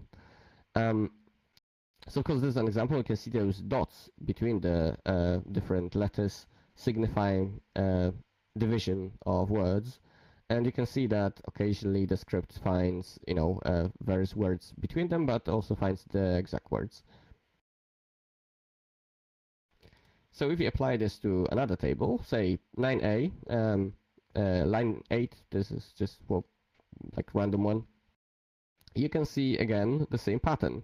Now we don't have the dots here, of course, but these words, these results could help us to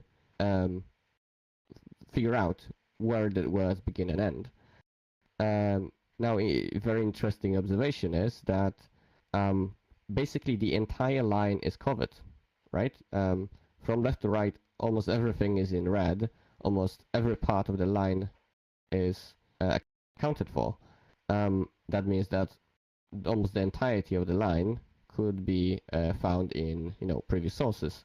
So clearly there are words within the tables that have been, used in Liber Loagaeth and Enochian calls and so on. You can see that in this case there's like a tiny bit of text that hasn't been covered, but then you have multiple words, shorter and longer, that are found. And I would also point out that this pattern occurs in every single line of every single table that we analyzed so far. We only analyzed tables up to 9a at this point. However, all of them follow the same pattern. You might be wondering, if the same goes for the tables, the weird tables with the numbers and the weird squares in them. And well, based on this example of 9a, if we go to the line 20, where we have the numbers and the letters of the word bonogo, we do find that around that circle of numbers, there are still words in there, clearly. So, there have been many different hypotheses what those tables of Liber Loagaeth are, and various suggestions of some complicated ciphers and methods of decipherment. But what these results suggest is that those tables are just words. They've just been arranged into letters, and occasionally has some weird quirks like this circle of numbers. So there's some other things we've done that we're not going to cover, but we can similarly extract, all the common suffixes, so like common word endings from Liber Loagaeth and the calls, and layer them over the tables or lines of the tables in the same manner to help us maybe figure out, where the words actually end and when succeeding words begin. And there's possibly many other things that you can do, like lay out translations if we have them of these various lines. But a lot of this is still work in progress. So this concludes the research part, and I'm going to say if you want to read more about these things, well, first of all, of course, encourage you to check out the previous lectures. In this lecture we just focused on language. We didn't really talk about, things like, is Enochian actually, given to us by the angels, or was this some massive fraud? We don't really talk about the specifics of the system. This just tiny part of all that the angels have mentioned, and we didn't really cover much of the story, and there's much more to Enochian than just Liber Loagaeth and the language. So if you're interested in those, definitely check out the other lectures where I've talked about those things in much more detail. Nevertheless, if you're interested in the language and Liber Loagaeth, definitely check out these sources. The first 3 books you see are actually transcripts and translations of these diaries. Kevin Klein's 3 volumes are a complete record. This does not have Latin translations, however. Dee would occasionally write things in English and Latin interchangeably. So there's a lot of Latin text in there that would have to be translated if you don't speak Latin. However, these translations can be also found in the following 2 sources, the 5 books of mystery by Joseph Patterson, and Dr. John Dee's Spiritual Diaries by Stephen Skinner. These 2 books together are basically the same as Kevin Klein's 3 volumes, with the difference that they translate Latin, basically. Although, sometimes the quality of the translation, is also arguable. Now, if you want to read more about the language, we've already credited Aaron Leach, specifically his angelical language, 2 volumes. Really amazing work. There's just so much work Aaron put into this that, I would definitely encourage checking that out. And of course, Donald Laycock's original research into Enochian. And the very sources we've already mentioned, Benjamin Rowe's Enochian dictionary that you can easily find online, the Liber Loagaeth transcription by Condor, and the transcription by Joseph Patterson on Esoteric Archives.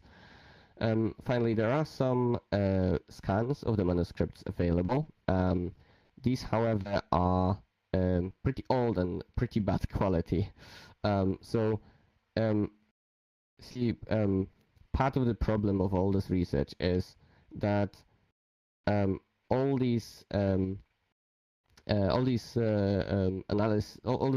that we do is reliant on the sources that are incomplete. So first of all, the diaries are fragmentary. The various records have been lost, as I mentioned in previous lectures. So we don't have everything, and we don't know how much has actually been done by the method of the delivery of the calls, as mentioned by Laycock, is some weird cryptographic thing that is very difficult to follow, so we don't really know those things. There's plenty of those typos, differences between transcriptions. There are those bad manuscripts, bad scans, and more typos potentially by Dee and Kelly. The script sometimes appears to be phonetic, so not entirely, as it should be written. Very few words have been translated, as I mentioned before, and the non-literal translations. All this makes it extremely difficult to work with the language, but I do think we can figure it out. Other things we're working on, like I mentioned, chopping the tables into words, finding root words and common suffixes, and we have many future plans. Clearly, we're going to continue the transcription. We're going to try and get better scans of the manuscripts available in the British Library, and we're going to keep trying to reconstruct the various, typos from the differences of the different transcriptions. hopefully with the help of new scans as well, and the word division of the tables. And of course, we're going to attempt translating some pieces of Liber Loagaeth. I can tell that at least one line can be somewhat translated, but how far we'll get there, we'll see. And of course, we will try and use AI in the future to help us with this kind of analysis. You see, so far I've only used very, very basic software tools, like the Bash scripting programming language, basic Linux utilities like TR or sort or sed.org. I've used the BC or basic calculator for the numbers, rip grep for finding matches, and graphs have been generated by a utility called graph CLI. And various tables that you've seen are generated by graph and table macros. And all this edited by image magick. All basic utilities basically, nothing fancy. So if we've managed to find this much with just like stuff that was just pre-installed on my machine, I would say that we can really find much more. And if you'd like to join the project, feel free to check out Enochian Corner, where we have this Discord server where all this information of our research will be published and discussed. So yeah, that would be all from me. Ahiram, anything you would like to add? No, I think that's it. Apart from, the whole thing is a fascinating subject, and as Gantzu says, if anybody's interested in joining the project, then definitely check out Enochian Corner.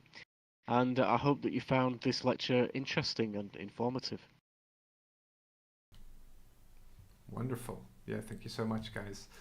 Let's give them some applause and or emojis, whatever works for you guys.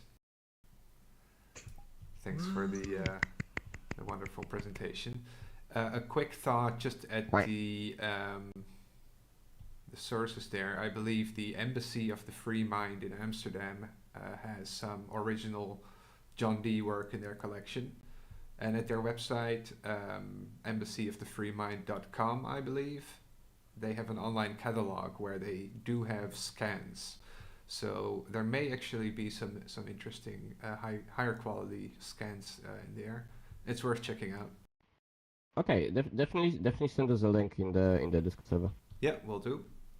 And for anybody else that's interested, you can just Google that, and I'm sure you'll find it. So I would suggest we take a 5-minute break before we go into the questions and answers. And that also gives us maybe an opportunity for thinking of anything. So yeah, let's reconvene in 5 minutes for that, and I'll see you. If you're watching on YouTube and you'd like to ask some questions, feel free to post them in the chat either now or later, and they will be forwarded when we continue later on.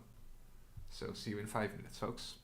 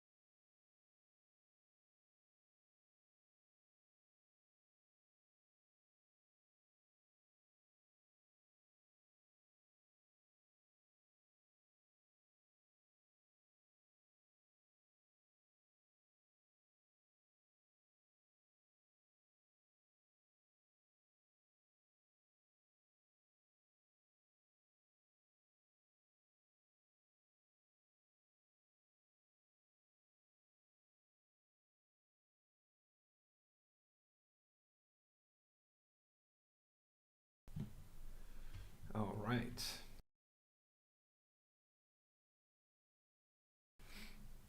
We are about to continue with the Q&A.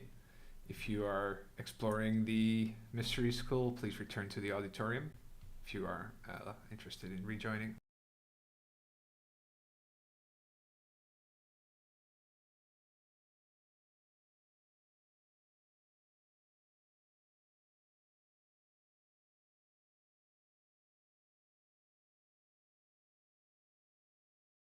Right. Yep, I'm back. Awesome. Okay, so yeah, I forgot to mention this at the start, but you may have noticed we are not using our audio amplification today. It's been causing a little trouble, so figured if people have control over the volume themselves, that will work. So we'll also do without the microphone today, but if you want to ask a question, feel free to come up to me. You can line up over here. Metro, yeah, feel free to come up over here. Just line up behind me. I'll pretend that the microphone real quick. Also for anybody watching on YouTube, again, feel free to post the questions you have in the chat.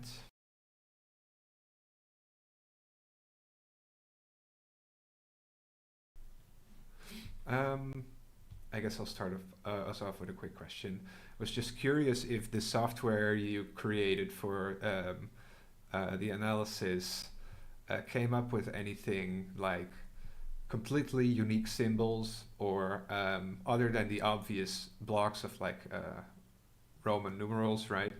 Or sorry, the normal numerals, where they're like symbols you might find in other spiritual traditions or anything of the sort?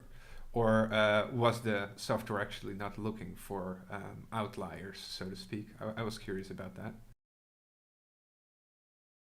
So the tables are, in general, they are, in the Latin form, right? So you have just generally Latin letters and Gotcha. occasionally a few numbers. And what we did here, since Enochian technically doesn't have any accents or anything like that, we would reduce any of such unique accents that you can find in the language.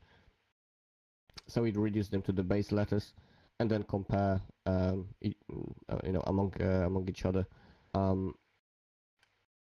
As if in terms of if there were like any words, maybe that are used in different traditions. No, I haven't looked for that, but I can do that actually pretty easily. So that's something, we can have a look at. Yeah, cool. It's an interesting suggestion. I'm going to We're write this just down.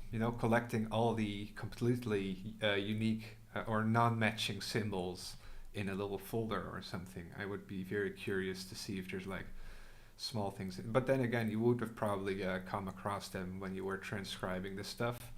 So, but still, yeah. Thank you. That's it for my first question. Go ahead, Metro.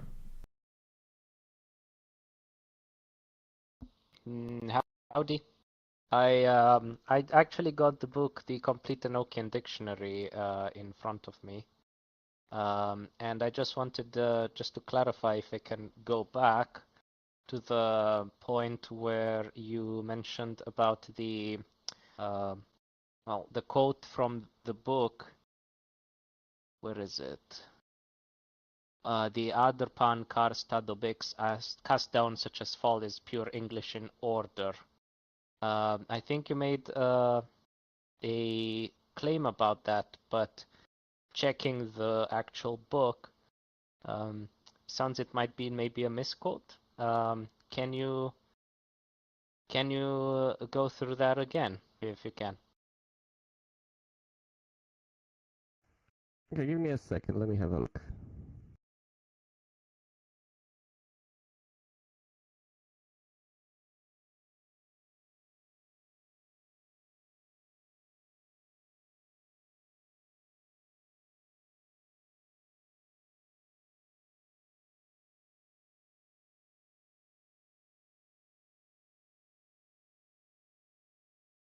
So the quote I have, the order of words is also strongly English, a phrase such as adpan corstado bix, cast down such as fall, is pure English in its order and cannot idiomatically be duplicated in 4 words with these meanings in any other European or Semitic language.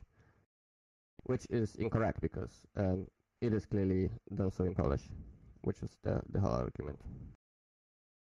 I think his point was it cannot be duplicated idiomatically in 4 words with these meanings. Yeah, and I'm showing that it is idiomatically used in 4 words in Polish. I'm trying to see. Well, I'm not a native Polish speaker, so I'll just have to take your word for it. Yeah, I I can only tell you that as a native Polish speaker, Meat has already left. He also speaks Polish. He would have validated my claims here. But yeah,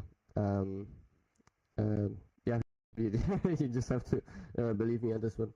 And I mean, to be clear, Laycock obviously didn't speak Polish, and Polish is a language that you don't really learn it. There's no reason to learn it unless you've been born to speak it. So I wouldn't blame him to not know this. It's a very difficult language. Slavic languages with their multitude of cases and plentiful of exceptions are extremely difficult to learn. So again, I don't really blame him, to not know this. I'm just stating the fact that his claim was incorrect. I think the bit that I'm emphasizing is the word idiomatically, which gives a lot of subjective leeway in there, because it's what is idiomatically duplicated in exactly 4 words. Like you know what I mean? The exact meaning. Yeah, I get it. It's to clarify the several variants I put here are all things that well, I mean, to begin with, I would have to clarify. To begin with, something like to say something else, like cast down such as fall is a very weird thing to say to begin with. It only makes sense in these very weird religious contexts. But what I would say means idiomatic in this Polish example is that if you ask the Polish speaker to try and translate it, try and say it, this is what you would get more or less, right? And these words that I put here are not some weird combinations that a native Polish speaker would hear and think this sounds odd. It sounds perfectly natural. And yet these words mean the same things as their Enochian counterparts. Well, let's see. In other cases, we can always keep this discussion for after if anyone else has a question. Yeah, sure. There will be Any questions from you? bit of time to hang out afterwards as well and have a bit of chat. I do have another question. Go on. Just looking at my notes real quick. Yeah, you already answered the questions I had about the technical aspect. Was really interesting actually to hear that you did this with just I guess the default Linux tools. So yeah, I'm also very curious to see what the future will bring for your guys' project. I was just curious if you could speak more, from the practitioner's perspective on this opening gates. I know this isn't really talk about too much Enochian practice. Or would you then refer me to the previous talks we've done? Because it might be that you actually mention it there in depth. It's been a while though, so I actually don't remember. In fact, I did not. So Gebofile has not been really covered much in any magical literature, and this is one of those elements of the system that Golden Dawn either wasn't aware of or ignored completely, and right. People followed from the Golden Dawn. Yeah, so if there is anything you could say, for example, if you were a magician doing this practice, some of the steps, some of the experiences one may have, some of the results maybe. Yeah, I can't tell you much, unfortunately. So, well, you can find the exact steps in Aaron Leach's books. Both the Angelical Language, I think, Volume 1 contains the description of this operation, and his essential Enochian Grimoire. In the essential Enochian Grimoire, he mentions this in a more brief form, I think, but gives you like a straight outline of how to actually perform the operation. I personally haven't done it because I actually think that the way it is described is a little bit confusing, and I have doubts on how to proceed in order. See, for example, Aaron Leach suggests that the angels say to proceed from the first like highest table to the lowest, skipping the first table, that is the one that is like unopenable. Now I have a problem with this because I would interpret the words of the angels slightly differently in this case, because the book has been delivered in order from this, like, what we call leaf 1 to table 1 to table 49. However, at the end of the process, Angel Galua, which means the end, Omega in the mystical sense, said, the beginning is the end, and vice versa, and like several lines in the diaries that suggest this kind of what you call the first leaf is actually the last. Now, Aaron Leach interpreted that as the first leaf should be left for the end. My understanding of this is that the leaves should be reversed, because first of all, the Enochian is right to left, right? So if you write these tables, left to right, then you would read them right to left. You start from the end, and it actually kind of makes sense if you look at the 49th table. It starts with the word Loagaeth, and actually Galua, the angel of the end, specifies that this table should be at the beginning. This should be the first table you read. So instead of swapping the first and last table, I would say you should go from 49 to 48, 47, and so on. And this makes much more sense because now I didn't cover this much in detail here, but the tables do have some indications of what they correspond to. For example, the first table is clearly a very deep spiritual table, union of God and that kind of stuff. Leach describes this as the table describing the world before creation. The following tables appear to describe like some heavenly realms, or following days of creation, as the biblical myth would call it.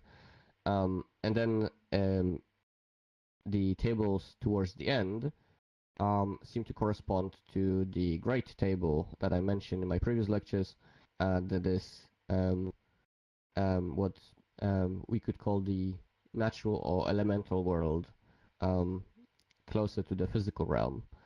And as we know also again from the previous lectures, we have the 40 ethers, or heavens or airs, above the physical world in this kind of onion-like, layer-like structure.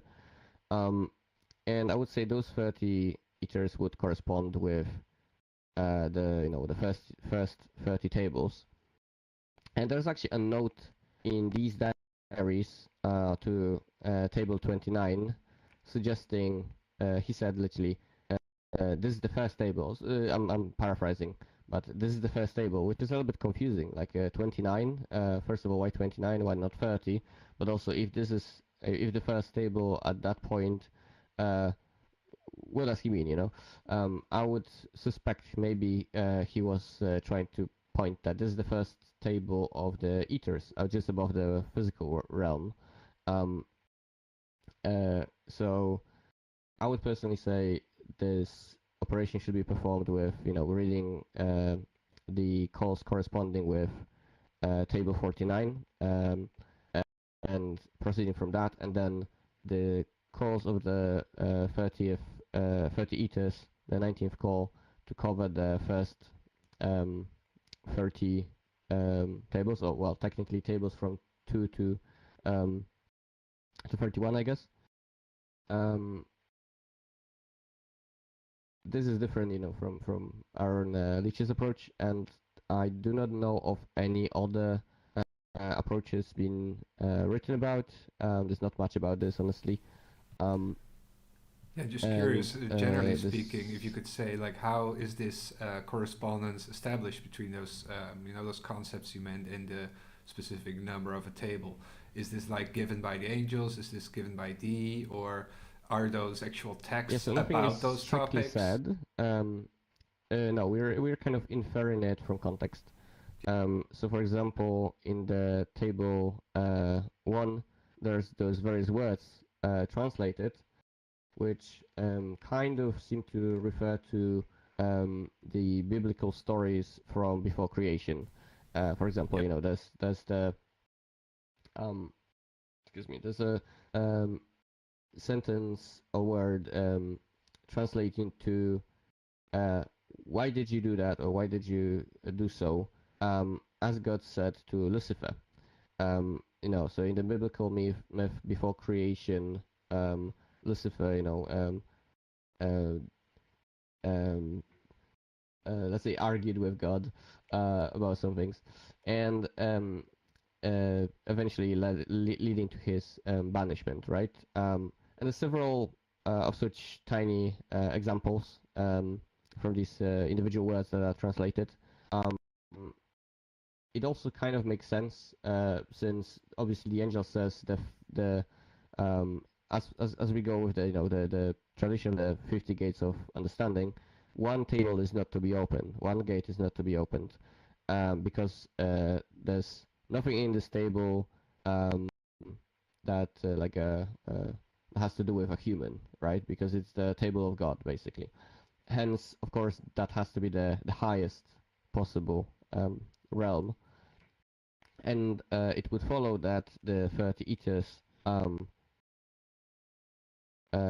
next. And in Gnostic mythology, you will have the 30 aeons underneath the absolute Bitos God.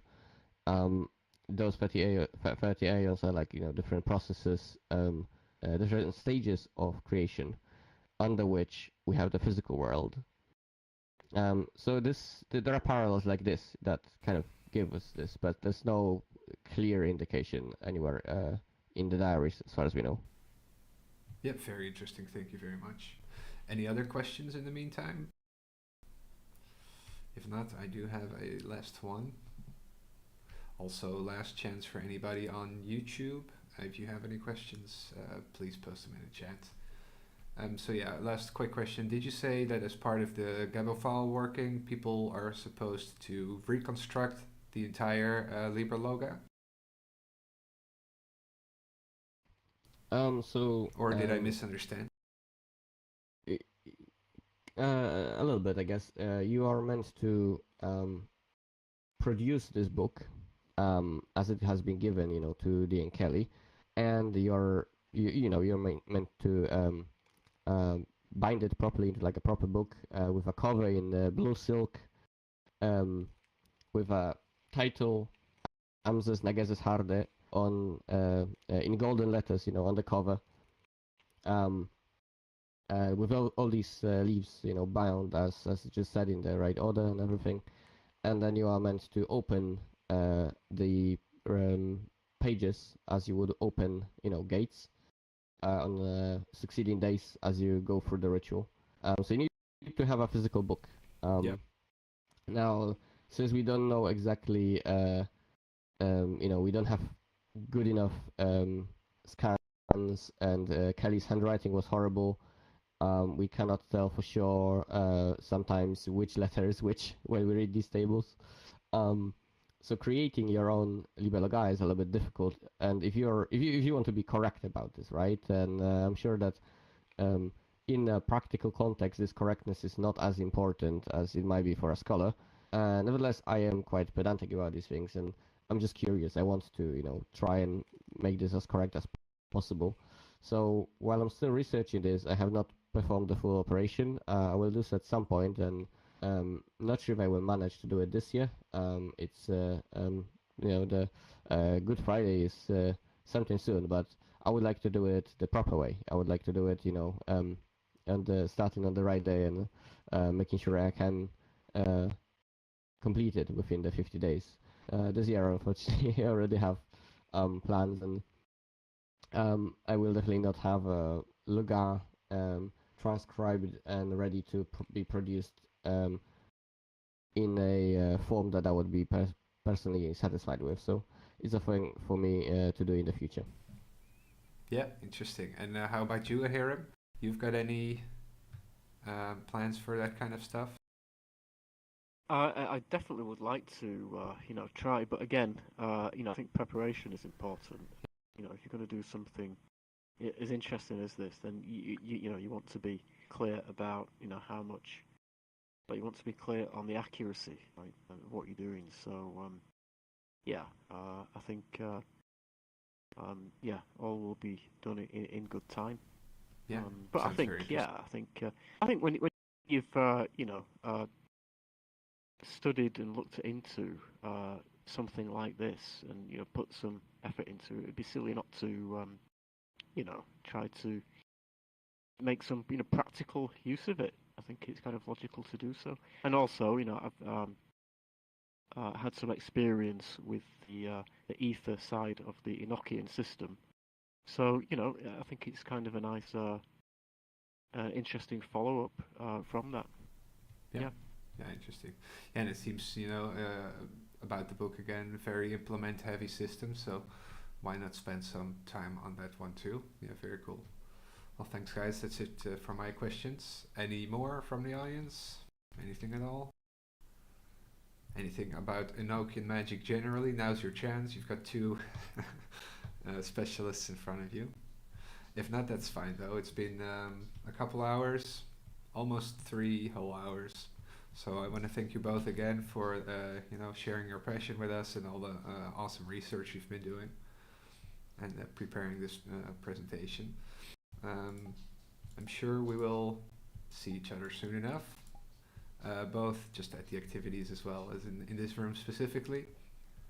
Thanks to the attendees, thanks to the viewers on YouTube.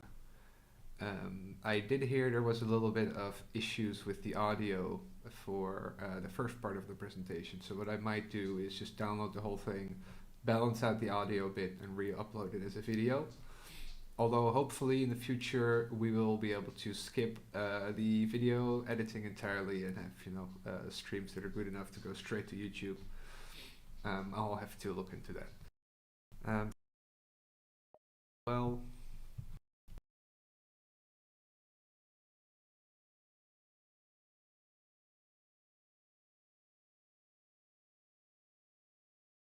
in fact, so you just type that in your browser, VR Mystery, that's cool.